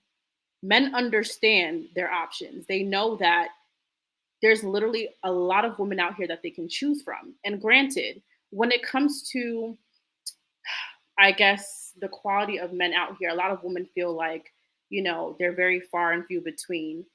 But I also feel like we can't move with a scarcity mindset as women. You also have to understand and realize you have options as well, period, point blank. And guess what? If you're not finding what you're looking for, it's okay to be single until you do. It's literally okay. My favorite African proverb, it's not by force. You don't have to force anything that will not fit. Right away, she was able to see that they do not have chemistry, and that is okay. Just because he's a neurophysicist, whatever, it doesn't mean she has to give him a chance. It doesn't. So let's say she does give him a chance. And I'm speaking to, the population that always preaches to women that, oh, give this guy a chance because he has a good job or he's highly intelligent. You end up dating that man, probably marrying him because of the societal pressures to give this good guy a chance. And there's nothing in your marriage. Is lacking substance. There's no chemistry. Chemistry is important. We're not going to sit here and act like it's not. And you're going to be bored to death. Some of you are so bored at your jobs and be ready to quit. So I don't understand why we're forcing a woman to overlook how she's getting along, how she's meshing with, this guy or whatever. But yeah, so that kind of bothered me. I kind of felt like, let's not put this pressure on women to settle just because a guy has a good job. Come to Howard University, right? Or come to DC. There are plenty of successful, handsome men with great personalities, can make you laugh, who are doctors, dentists, lawyers. There is a whole crop of them. You can have that. You can have a guy who's highly intelligent and who has swag. It's out there. It's literally out there. And that's what I want to tell my sisters. Ladies, y'all don't have to settle. Y'all don't have to settle. What you are looking for is out there. The problem is we don't like to wait. We don't like to wait, and we operate with a scarcity mindset. And for me, that's problematic, because then we're telling our women, oh, just because he has this means that you should give him a chance. And guess what? We don't have to give. It's not by force. And especially if we're not going to preach the same message to men, I don't want women to think that we have to force everything. We just don't. So that's what I got to say about it. Oh, and then also, yeah, he's while he's highly intelligent and highly accomplished, I think that's great. Like, I'm all for my brothers doing the damn thing out here, but you can tell that he has an insecurity. People who lead with their profession usually do, right? If you have to qualify everything that you do with, oh, as a psychologist, or oh, as a doctor, oh, as this, what happens when I take that job title away from you? What else do you have? What do you have then? Who are you at the core? Right? And so, and then also he said something about the PCAT exam that he took. He said something very specific. He's like, oh, the highest score you can get is a 99, and I got a 96. And so, like, that's great. That's excellent. But to me, it sounded like, look what I got. Like, and I just kind of feel like that should be what you strive for, getting the highest of the highest scores. It's nothing to brag about. Not that saying he was bragging, but I kind of felt like you could have said anything else. Like, I'm the captain of my debate team, or I love to do this in my spare time. I go hiking with my family. Anything else you could have said. But you're talking about a standardized test. Come on, it's not relatable. Like, we're not about to sit here and act like, no, just no. But that's all I had to say. Hopefully I didn't ruffle too many feathers. Well, and who wants to step up to the plate first? Who wants to step up to the plate? Oh, okay. Corey's gone. Go ahead, JR. You sure? Okay. Oh, so I need to unmute you, JR. JR, then Corey after, and then the next person go after. Yeah, go for JR. Yeah. I was gonna say, yeah, like, I don't think we're trying to put pressure on her to settle, because that's exactly what she wouldn't be doing.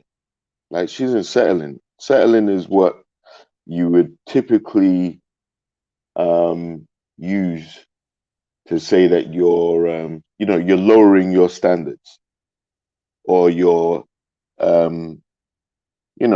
you're going to be taking on somebody who you know that you're better than.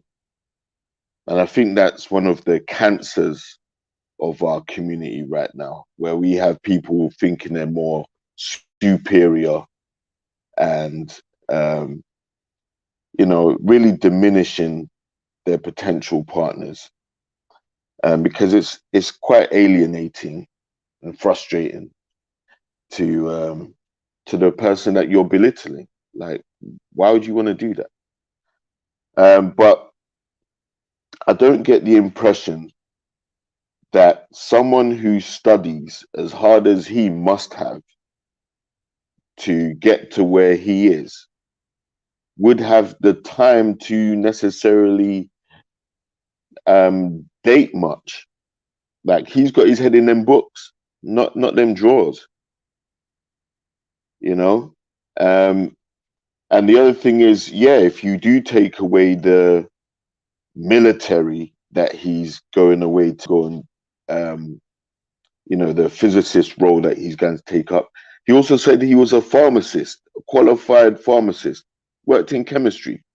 Again, a very niche field, something quite lucrative career-wise. So even if you took away one career path from him, he's also taken the time to make sure he's got a backup to fall back on, which again should be commended. Like, these are hard times. I've seen how the gasoline price in America and the gasoline price in the UK are hitting right now. So one income before wasn't cutting it. But if you've got two incomes that are going to bring in a large amount of revenue into your household as a black man these days, that's to be commended. Not shamed, and definitely, like I said, not to be slighted or belittled. You know, he's on his way to accomplishing some really good things. And if there were like if my son was like this gentleman right here, 27 years old, at least 2 different career paths, has a hobby of karate or taekwondo or whatever he said he did, you know, like at least he's not out here running the streets. At least he's not out here with multiple baby mamas. At least he's not out here trying to pursue some unrealistic career goal like being a rapper or some of a saturated industry where it's going to be even harder for him to find success. So, yeah, I commend the dude. Again, I don't think they were a good match. I definitely don't think she was settling or the pressure. I didn't get that impression at all. I think it like the thing that kind of got people talking was, okay, so this guy's articulate. He's not in the streets. He's not your typical guy that you'd come across. Quite a unicorn, but yet you didn't choose him. Again, there's nothing wrong with it. He just wasn't her flavor. He wasn't her cup of tea. And that's fine. But I don't think throwing disparaging remarks towards him is the way forward. Because to be fair, from my perspective only, and this is just my opinion, I would like to see more men in my community looking like how this gent's turning out to be. You feel what I'm saying? I'm not really an advocate for only white people should have those type of jobs. I think we should be, as black men, aiming to break barriers, smash through the glass ceiling, and have these type of careers that this guy's on the path to having. So I'll just leave it there. Wait, before you go, Robert, is that a slightly different conversation we're having then? Because that's not necessarily what the topic of this conversation is about. And I think that's the issue I'm also having, not necessarily with you, but I'm having with when I look at the comments and I read down the comments of this video, why I got so annoyed. Because the conversation flips to she wants a thug, she wants a druggie. This guy is a brilliant guy. Oh no. And I keep asking, no, I'm not saying you, I'm saying, and that's why I asked her, Ron, what is so brilliant about him? In 2 minutes, what is brilliant about him? Yes, we should commend him for getting a job, everything like that. But he didn't come here for career advice. He came here for a gal. Okay. And when you got here, you didn't get the gal. Yeah. So now we got to review you. That's what I'm trying to say. Like, because what's happening is the conversation she's being used as a scapegoat and a piñata for certain crowds of people to start punching and kicking and hitting, right, on this topic, when really it should stick to what it's actually about. She said no. And first of all, he's not a nuclear physicist because he hasn't reached there just yet. He's going into the Navy. Okay. I think I just watched it again. I don't think he actually finished pharmacy. I think he was doing pharmacy and switched. Whatever, either way. Fantastic that obviously he's got that underneath his belt. We're not dismissing that. We're not dismissing it. We're not going to dismiss that at all. We want to see black brothers kill it to the hilt. We want to see them grow and be amazing. Exactly. I also want you to have social skills. Yeah. I want you to know how to talk to women. I want you to know how to treat women, because we talk about this all the time. You can be amazing at the financial, academics, all those things, but you need to know how to relate to people. Everybody's been underneath a boss who's got no interpersonal skills. Brilliant at a job, but no interpersonal skills. You don't enjoy being underneath that person, except when the business is about to go bust. Then that person knows that everyone relies on that person. But other than that, if you got no interpersonal skills, we don't really enjoy being around that person. So, I know what you're saying, and I'm agreeing with you, and I'm saying we have to commend those type of people, but I'm saying let's stick to this conversation about why is she allowed to say no to this person, and if she's not, why? You know what I mean? Why? Okay. Can I respond quickly though? Hold on, Joe. Robert's going to respond, and then Black's going to go, and then Joe, you can go. Yeah, JR, you said something in the beginning about even if she chose him, it wouldn't be settling. So I disagree, right? Because whenever you choose something that you're not all the way sold on, it's settling. I feel like settling doesn't necessarily mean like getting something completely bad, right? It just means not. It could also mean not going with your first choice or with a choice that is pleasing to you, the most pleasing to you. And I feel like I think that would be my concern with her choosing this guy and with other women who felt like they had to choose a guy just because he had certain nice qualities, right? I kind of feel like, yeah, I just, I don't know. We do this thing where we expect women to kind of give some headway to men who have like just the most basic requirements. You realize that, like, we don't give women accolades for not having multiple baby fathers and not running the streets and not doing such and such. But when it comes to men, it's like, oh my goodness, like he doesn't have multiple baby mamas. He has a good paying job. It's like it'll be, this is kind of the bare minimum. This is like what you should be having. So I really don't align with the ideology that like at least he's not out here in the streets. You really shouldn't be. Like, you know what I'm saying? Like there's a lot of men that are and a lot of women, but I don't think it's we like, do you want a cookie for doing something that is not that difficult? That's just me personally. But I do think it is settling when you choose an option that you are not 100% sold on. Doesn't mean it's a bad option. It just means it's not your number one or the most convincing one. But I agree with everything else you said. I don't agree with the disparaging remarks that people are making towards him either. Black, you were gonna say? Go for it, Black. Yeah.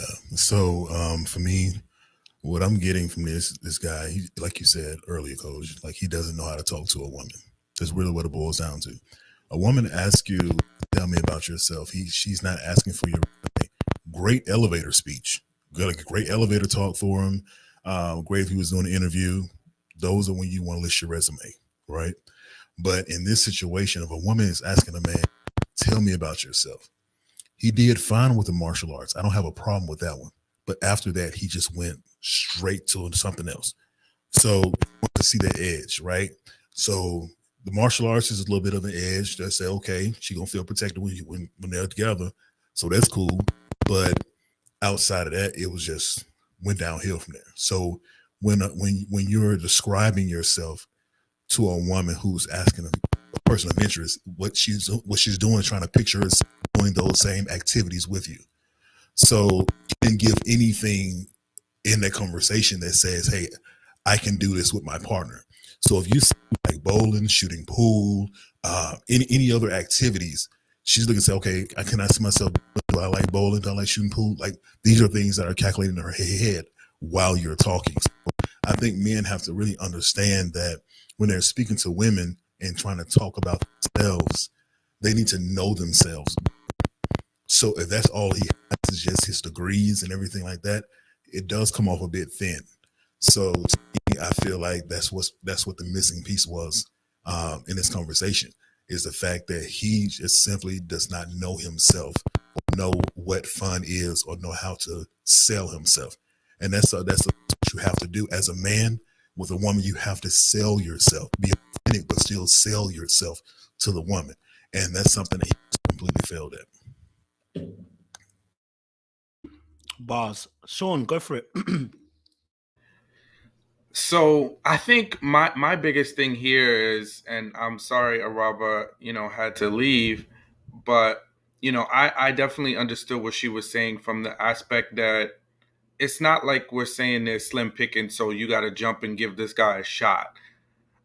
We're just saying give the guy a chance, and it's not about the settling wouldn't have happened. And I think somebody said this in the comments, and it's it's not settling yet because we're not putting them in a relationship. We were like, just give them a chance to see a bigger picture beyond the 2 minutes, right? Based on the 2 or 3 things that you've seen, give them a shot. And I think the other part is, it's like, oh hell yeah, when a guy chooses a woman, we, especially as black men, we're always getting called out on that choice when it doesn't fit what the narrative should be. You know, oh, you're only going, you know, you're a colorist, you're a this, you're a that, right? You know, so we do get called out, and we do get called to task for the options we choose with women. So it does work in both ways. The other part for me is that, and this is the hey, listen, I could be wrong, but what I feel like, what gets me is women will be quick to say, "Oh, I'm about to do that Sierra prayer." They'd be like, "I'm looking for my Russell Wilson," right? But you're overlooking the guy that could be your potential Russell Wilson because you're dismissing him so quickly, right? And that's all I'm saying. Now, if she had gone out on a date with him and was like, "Oh no, the whole 50 minutes that we were together, he was rude, he was obnoxious, he talked about himself," then I could see we could make a full-fledged decision. Just like we can't tear her apart for not choosing him in that fashion. So I think we got to give her a little, you know, like there's got to be some pushback where she could be like, you know what, let me just give this guy a shot, right? She was attracted to him, so that that's not even the issue. There was attraction, but she just was like, boom, let me get rid of him. And that's where I think she was dismissing him so quickly.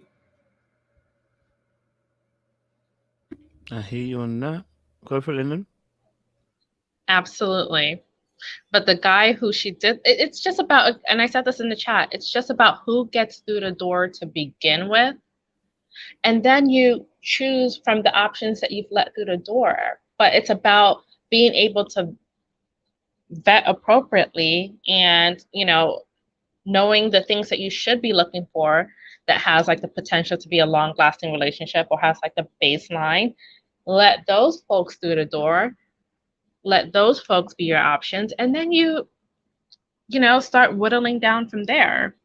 But it's like the quick dismissal of someone who had like the baseline. And that's why I keep coming back to it. It's just the baseline. It's not saying like, oh, or is the bar in hell? Like, no, but there's a bar, right, somewhere. And we're just saying, like, should there be some kind of like general standard of what you should be probably looking for? And then you kind of, you know, make your eliminations. But it seemed to me that she was really quick to eliminate someone who seemed to have the seeds of something that could potentially go somewhere. But the guy that she did let through the door, to me, it just sounded a little bit questionable. So it's kind of like goes back to, okay, so what is she really looking for? And again, I go back to, I know she's 23. I keep saying that she's 23, she's young. So she's probably still, you know, deciding, but she needs to, I think it's not a bad idea to start kind of maybe sowing the seeds of like how to be more discerning so that you are able to pick up on like better qualities initially, even though you might not think that there's something there. You can recognize those seeds and then figure it out later, as opposed to dismissing. I know like Sean used like Russell Wilson. Of course, we know he's not Russell Wilson, but like people were calling Russell Wilson corny and then asking for the Sierra prayer. It's like, come on. And yes, I know he has a lot of money. He's very successful and whatnot, but like he's also, I believe he like celibate with Sierra, and people were calling him corny, said he didn't have any swag, but he is the one who is like really giving her like what seems to be a great relationship. I mean, they're giving each other a great relationship, and they're really, you know, seems to be from the outsider looking in, working out. Imagine if she just dismissed the guy because swag. Like, that's not what relationships are built on. And so that's where I feel like the conversation gets kind of confusing. I also feel like people are way too stuck in their camps. They are like way too stuck in their camps of the whole, you know, if you are advocating for like being somewhere in the middle, you know, then you are, you know, on the manosphere side. Or if you're not on the manosphere side, then you're on the complete opposite. It's like people have to be a little bit more nuanced and understand that like relationships aren't black and white, and like we don't need to like have this be like a black man versus black woman issue, because I think this is just has to do with the way that us men and women are relating to each other in general, and there's a reason for that. But yeah, it just kind of gets really confusing where it seems like someone who seems decent off the bat like automatically is getting eliminated, but someone who doesn't even have like basic qualities is like getting let through the door. It's confusing. It's weird. Yeah, somebody said struggle love, traumatic love. Yeah, that's what it seems like. I don't know. That's what it seems like. To be fair, when I watched the video, I think that's her ex that was a Ray Ray Pookie kind of guy. The guy she's dating now, she said was successful, he's confident, you know, he's about his stuff. So the past guy was the Pookie Ray Ray situation. The new guy she's talking to, etc., isn't that type of guy. So technically she hasn't compromised on anything, technically, because she's actually gone for what she actually really wants. So I get what you guys are saying. I'm not saying that you guys are wrong. I'm saying there are extra components to this thing that are, I guess, maybe triggering for some camps and stuff like that, because it's like, number one, we don't know if he's quality. We don't know. You know what I mean? So the same way we're saying about she shouldn't dismiss him, I'm like, he should come correct. You know what I mean? If she shouldn't dismiss him, he better come correct. Do you know what I'm saying? So that's we can already see her improvement, because we've seen her on another interview where she's taking the feedback already. So she good. How about this boy here? We don't know anything about him after. Okay, he might go into the Navy and he might continue being a socially awkward person that he is. Okay, he might still continue being that person. Someone needs to grab him now, teach him some social cue skills, teach him how to talk to women. Okay, train him in the art of conversation, because he gonna need it. All right, because at this particular moment, how he came on, I know we keep saying, do you know what's really interesting? We use Russell Wilson as an example, and it's usually us men. We know Russell Wilson is corny. We know.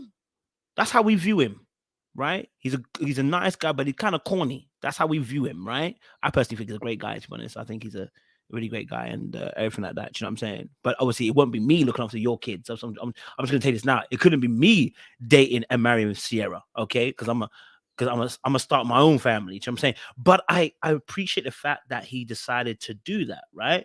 But it was men calling him corny, because men can spot when other men, to us anyway, are behaving in a corny manner. And what happens is, this is why I'm having this argument. It's more of a broader aspect of the argument, less about them two and more about the argument I'm arguing with people in the crowd that are spitting these ideologies. Is that what happens is they use this person as a proxy to spit their agenda. The issue isn't if she decided that she doesn't want to be this person. Why is it straight away it becomes she's got her discernment's off. She's gonna date a Pookie and Ray Ray. She wants a drug dealer. She wants a man that's not going to be available. Negro, he is going off to the army. Did anyone think about that? How is that a good relationship to start off with? He's already going to create distance between himself and her already. I wouldn't even if that's my daughter, I would say, hey, darling, what do you mean he's going to the army already? You don't even know him. I'll go and sit down. Go and get somebody else. I would tell my daughter the same thing. Why is there distance already before we even started? My friend, go and choose somebody who's in a closer cortex. You understand? So I'm looking at a situation and I'm going, some of the comments, not you guys, by the way, some of the comments I see in that Instagram whole feed, there is a lot of misogynoir in there. Okay. Right? Because if your first argument is, well, she just wants a Pookie and Ray Ray, what in there gave you the idea she wants a Pookie and Ray Ray? Why does the opposite of this particular guy become Pookie and Ray Ray? That's the argument I'm talking about. Not necessarily you guys, but the argument I'm talking about is that kind of stuff. Why is it in 2 minutes we're saying because he has a good job, we automatically equate him as being a good guy? This is very dangerous, actually. When we start equating him because he's got a good job, he's a good guy, this is very dangerous rhetoric.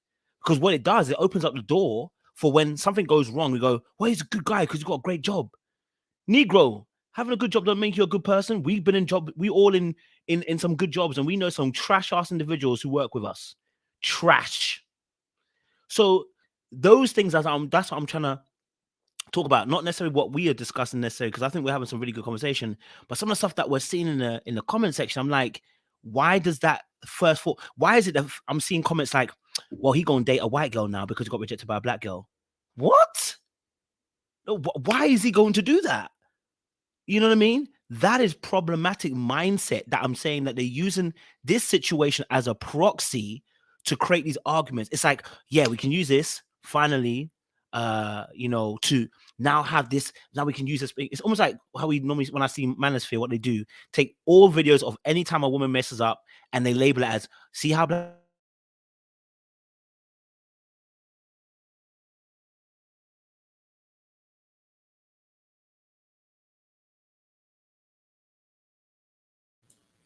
Just me or these. Okay. My mindset went there. Sorry, my guys. But yeah, just like saying with the feminine side, the pink book or whatever side, they go over to that side as well, and they say what they're saying. So I think I'm not talking about necessarily what we're discussing. I'm talking about, if you go into the comment section, come and see some of the arguments that are happening, some of the comments that are being left. It's not the educated conversation you guys are having. That's my issue. It's not necessarily what we're discussing here. Do you know what I'm saying? So yeah. Sorry. Someone was going to jump in, and I continued talking. Who was going to jump in? Sorry. No, we couldn't hear you for a second. So oh, that was the reason why. But go ahead, you got it. Oh, okay. I put myself so close. Go on, Sean. Yeah, what I was going to say too is that I think another thing that keeps happening here, right, is, look, men and women are different, right? So, like, I just want us to stop comparing men to women, and well, if we do that and y'all do that, if you do this, we do that. It's like this ping pong back and forth is so tiring. We don't get, we're not getting anywhere with that mindset, that mind frame. Well, if y'all do it, then we can't do it. The point is, at least my point when I saw the video, and then I saw some of the stuff that came from it, is what goes into how we choose, right? And what are you looking for? And if you're looking for a relationship, how are you assessing that person? And if it's strictly based on a vibe does not make for a successful relationship. So do you want a vibe or you want a successful relationship? And I think that's the pushback that you're getting from me, from Lynn, from JR. It's like, I think she dismissed him so quickly because she didn't catch a vibe immediately when he was talking. So it's like, sometimes to get that thing that really is going to be long lasting, it takes a little bit more of an investment. And it's not always going to be, oh, boom, right off the spot. And the best relationships typically start with you being willing and open to invest and get to know the person a little bit. So that's where my pushback is coming from. It's like, give the guy a shot. And if the shot don't work, fine. But if you're looking for always, oh, he got to tickle my ear the right way, and if he don't do it, it's a no, right? And on the other side of it, I'm not saying he was perfect. I'm not saying, oh, he did everything well. But the pushback for me is, what are you really looking for? And is what you're looking for and how you're assessing the people that you come in relationships with working for you? And that's where my thought is. So hold on a minute. Let me push back on you. Okay. You out here dating people you don't vibe with? I think, and this is for me, I would give somebody a chance. Like, if there was a woman that I was physically attracted to. Oh, hold on. So you have to be physically attracted first. So you could if you weren't attracted to them, would you give them a chance? No. Why not? Because physical attraction is important. Thank you. How come you are saying yours is important about physical attraction when someone says a vibe, it's not as important?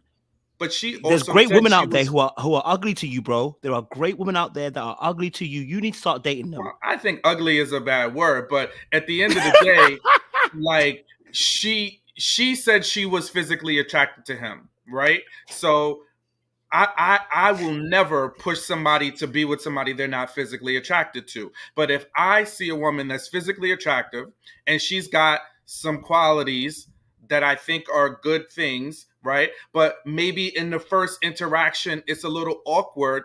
Yeah, I'm going to continue to talk to her. Of course, why not? You know, hey, some people might hear something. There's people that I've dated that at the first shot, I said something that pissed them the hell off, right? But they were like, you know what? Let me see if there's more to the surface. And I think that's what it has to be. Look, I'm gonna end it here, right? Like, and this is gonna be a big leap, and I understand that. But listen, they dismissed Jesus Christ because he came in on a donkey, because he wasn't presented in the way they thought that the Savior should come. So he got dismissed. So I just think at the end of the day, we need to be more cautious on how we're expecting people to show up that are going to be in relationships. Are you looking for the qualities? Are you looking for the core? Or are you more fixated and centered in on how that person immediately shows up to you? See, I agree with that. I'm just saying you place a heavy value on attraction because it means something to you. Right. But I'm saying to you, why can't you date a girl you don't find attractive? It's because you put a heavy value on attraction. But attraction ain't never saved no marriage. You gonna get old and wrinkly, sir. Eventually, you're gonna look at each other after 10 years. You look exactly the same. You even look exactly the same as you did before, huh? You know what I'm saying? You got patches in your beard, or you got a bit more of a belly, whatever. Or you know what?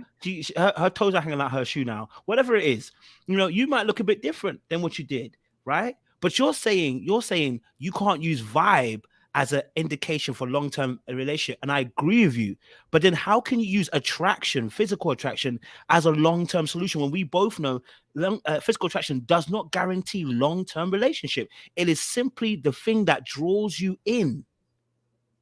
So I'm saying, how come you're putting value on physical attraction, but not on a vibe? Well, one, I think the vibe is two different things than physicality, because people, no matter what it is, you need to be attracted to the person. My level of attraction and what I consider attraction is different, right? So from me to you, it's going to be different things, but you need to be with somebody that you're attracted to, right? Mm-hmm. So we all need to be with somebody, just like the woman that's with me is going to need to be attracted to me, whatever that is for her. So I just think attraction at its core is just a basic, it's a basic thing that people look for in relationships. Nobody's in a relationship. Okay, somebody's going to throw out, well, I wasn't attracted to somebody that I was with. Okay, say that. But on average, people are with people they're attracted to. That's just natural. It's just natural to be attracted to the person that you're going to be in a relationship with, right? So all I'm saying is, yeah, we also I need to change, and I have looked at differently what I am attracted to, right? So in my mind, at one point in time, it had to look like this. It had to be a certain size. It had to show up this way. And I have been and am more flexible in what that shows up and looks like, right? So yeah, it's not everything. And it's not like I'm saying like, oh, if my ideal is, a size X and this, that, and the other, and a woman shows up a little bit differently than that, I'm going to dismiss her. No, I'm not going to do that. Okay. Yeah, I hear that. Appreciate it. See, Thank you, Sean. I appreciate it. Thank you for I think what we're going wrong with here is that we're putting our thoughts, older, mature man, we're putting our thoughts into the mind of a 23-year-old. I don't think she's on that level of what we're talking about. So let's be real with that first. She's not ready for a guy on this level. So that's why my view is more so towards him, because with all that military experience with pharmacy, he seems to have a little bit more life in him than she does. So I expect more from him. So that's why my I won't say fury, but my words are pretty much going in his direction, like where he can do better. The young lady, as far as she's concerned, what I would have liked to see from her is to ask 1 or 2 more questions before she made her decision. That would have worked. That would have been fine with me. But she really only asked 1 question. I think Mel asked 1, and she asked 1, and then that was it for her. So besides reading the book, and then he went through the spiel about his military life. But I think it really boils down to the fact that, yes, this girl's 23. She's looking for that vibe. She's looking to have a good time. She's looking for that settle down right now. Now, if she was 40, 45, then yeah, maybe you may see a different vibe there. But if you can even tell from her response, like, why?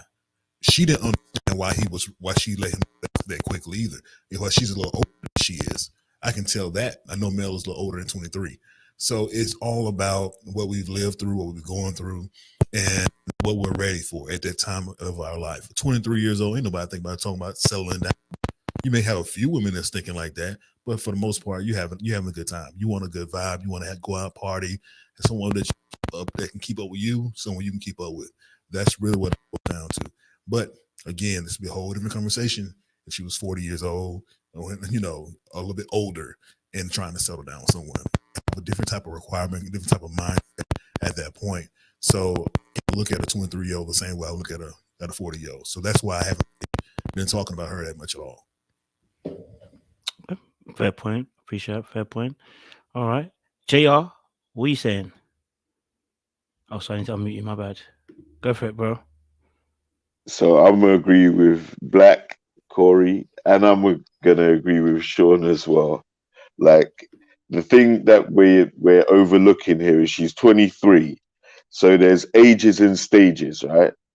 And yeah, at 23 years old, I agree with Black. Like, your average 23-year-old male and female is thinking about partying, living life, going out and having different fun experiences.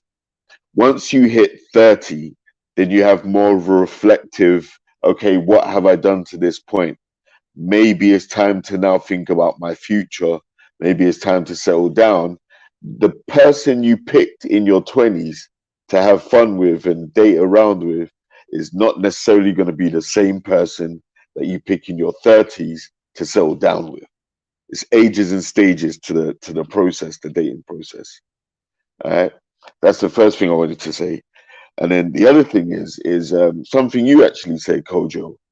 Like, one of the things you said after I spoke last time was, okay, so just because he's got a good job doesn't mean he's necessarily a good person. How do we know this? From 2 minutes of conversation? Like, how do we know that he doesn't need coaching skills or so? Like, because he clearly didn't end up with the girl that he came on the show to impress. But this is where we need, someone like yourself to step in, because you're someone that could probably relate to him, being a coach, being able to say, okay, well, this is what women are looking for at this particular age. He's 27, she's 23.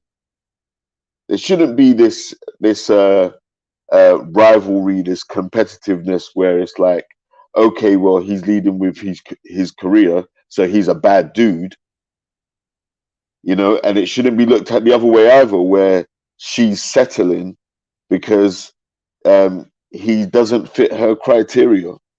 Like I said earlier, if he's as focused on his academics as he has been, then surely that means he's going to be lacking in the social department.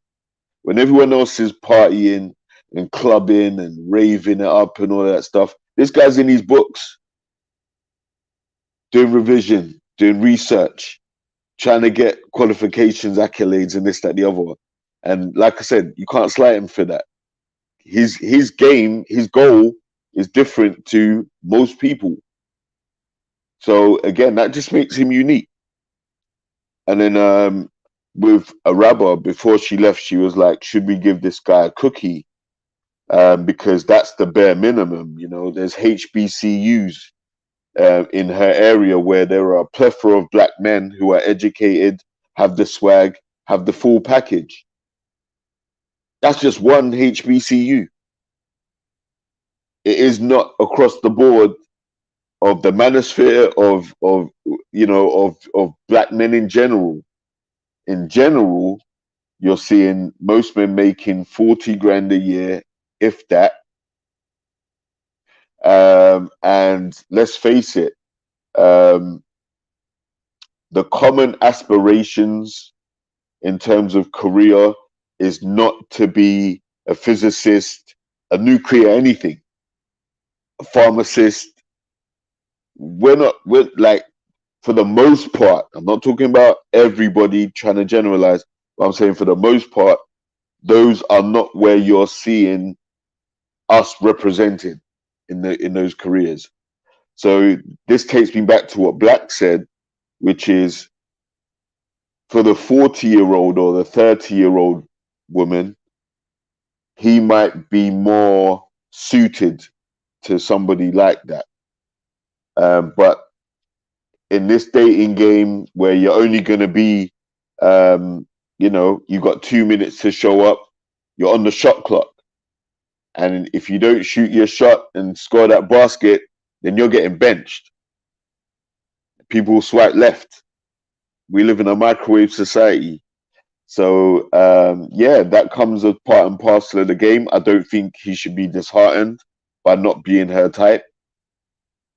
She obviously has ended up with a dude now.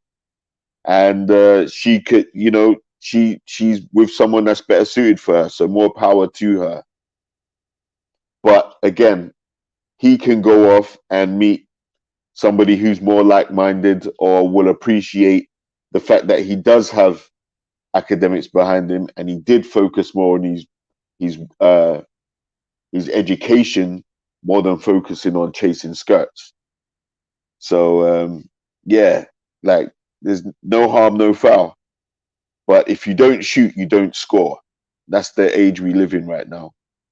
And unfortunately he shot and he didn't score this time.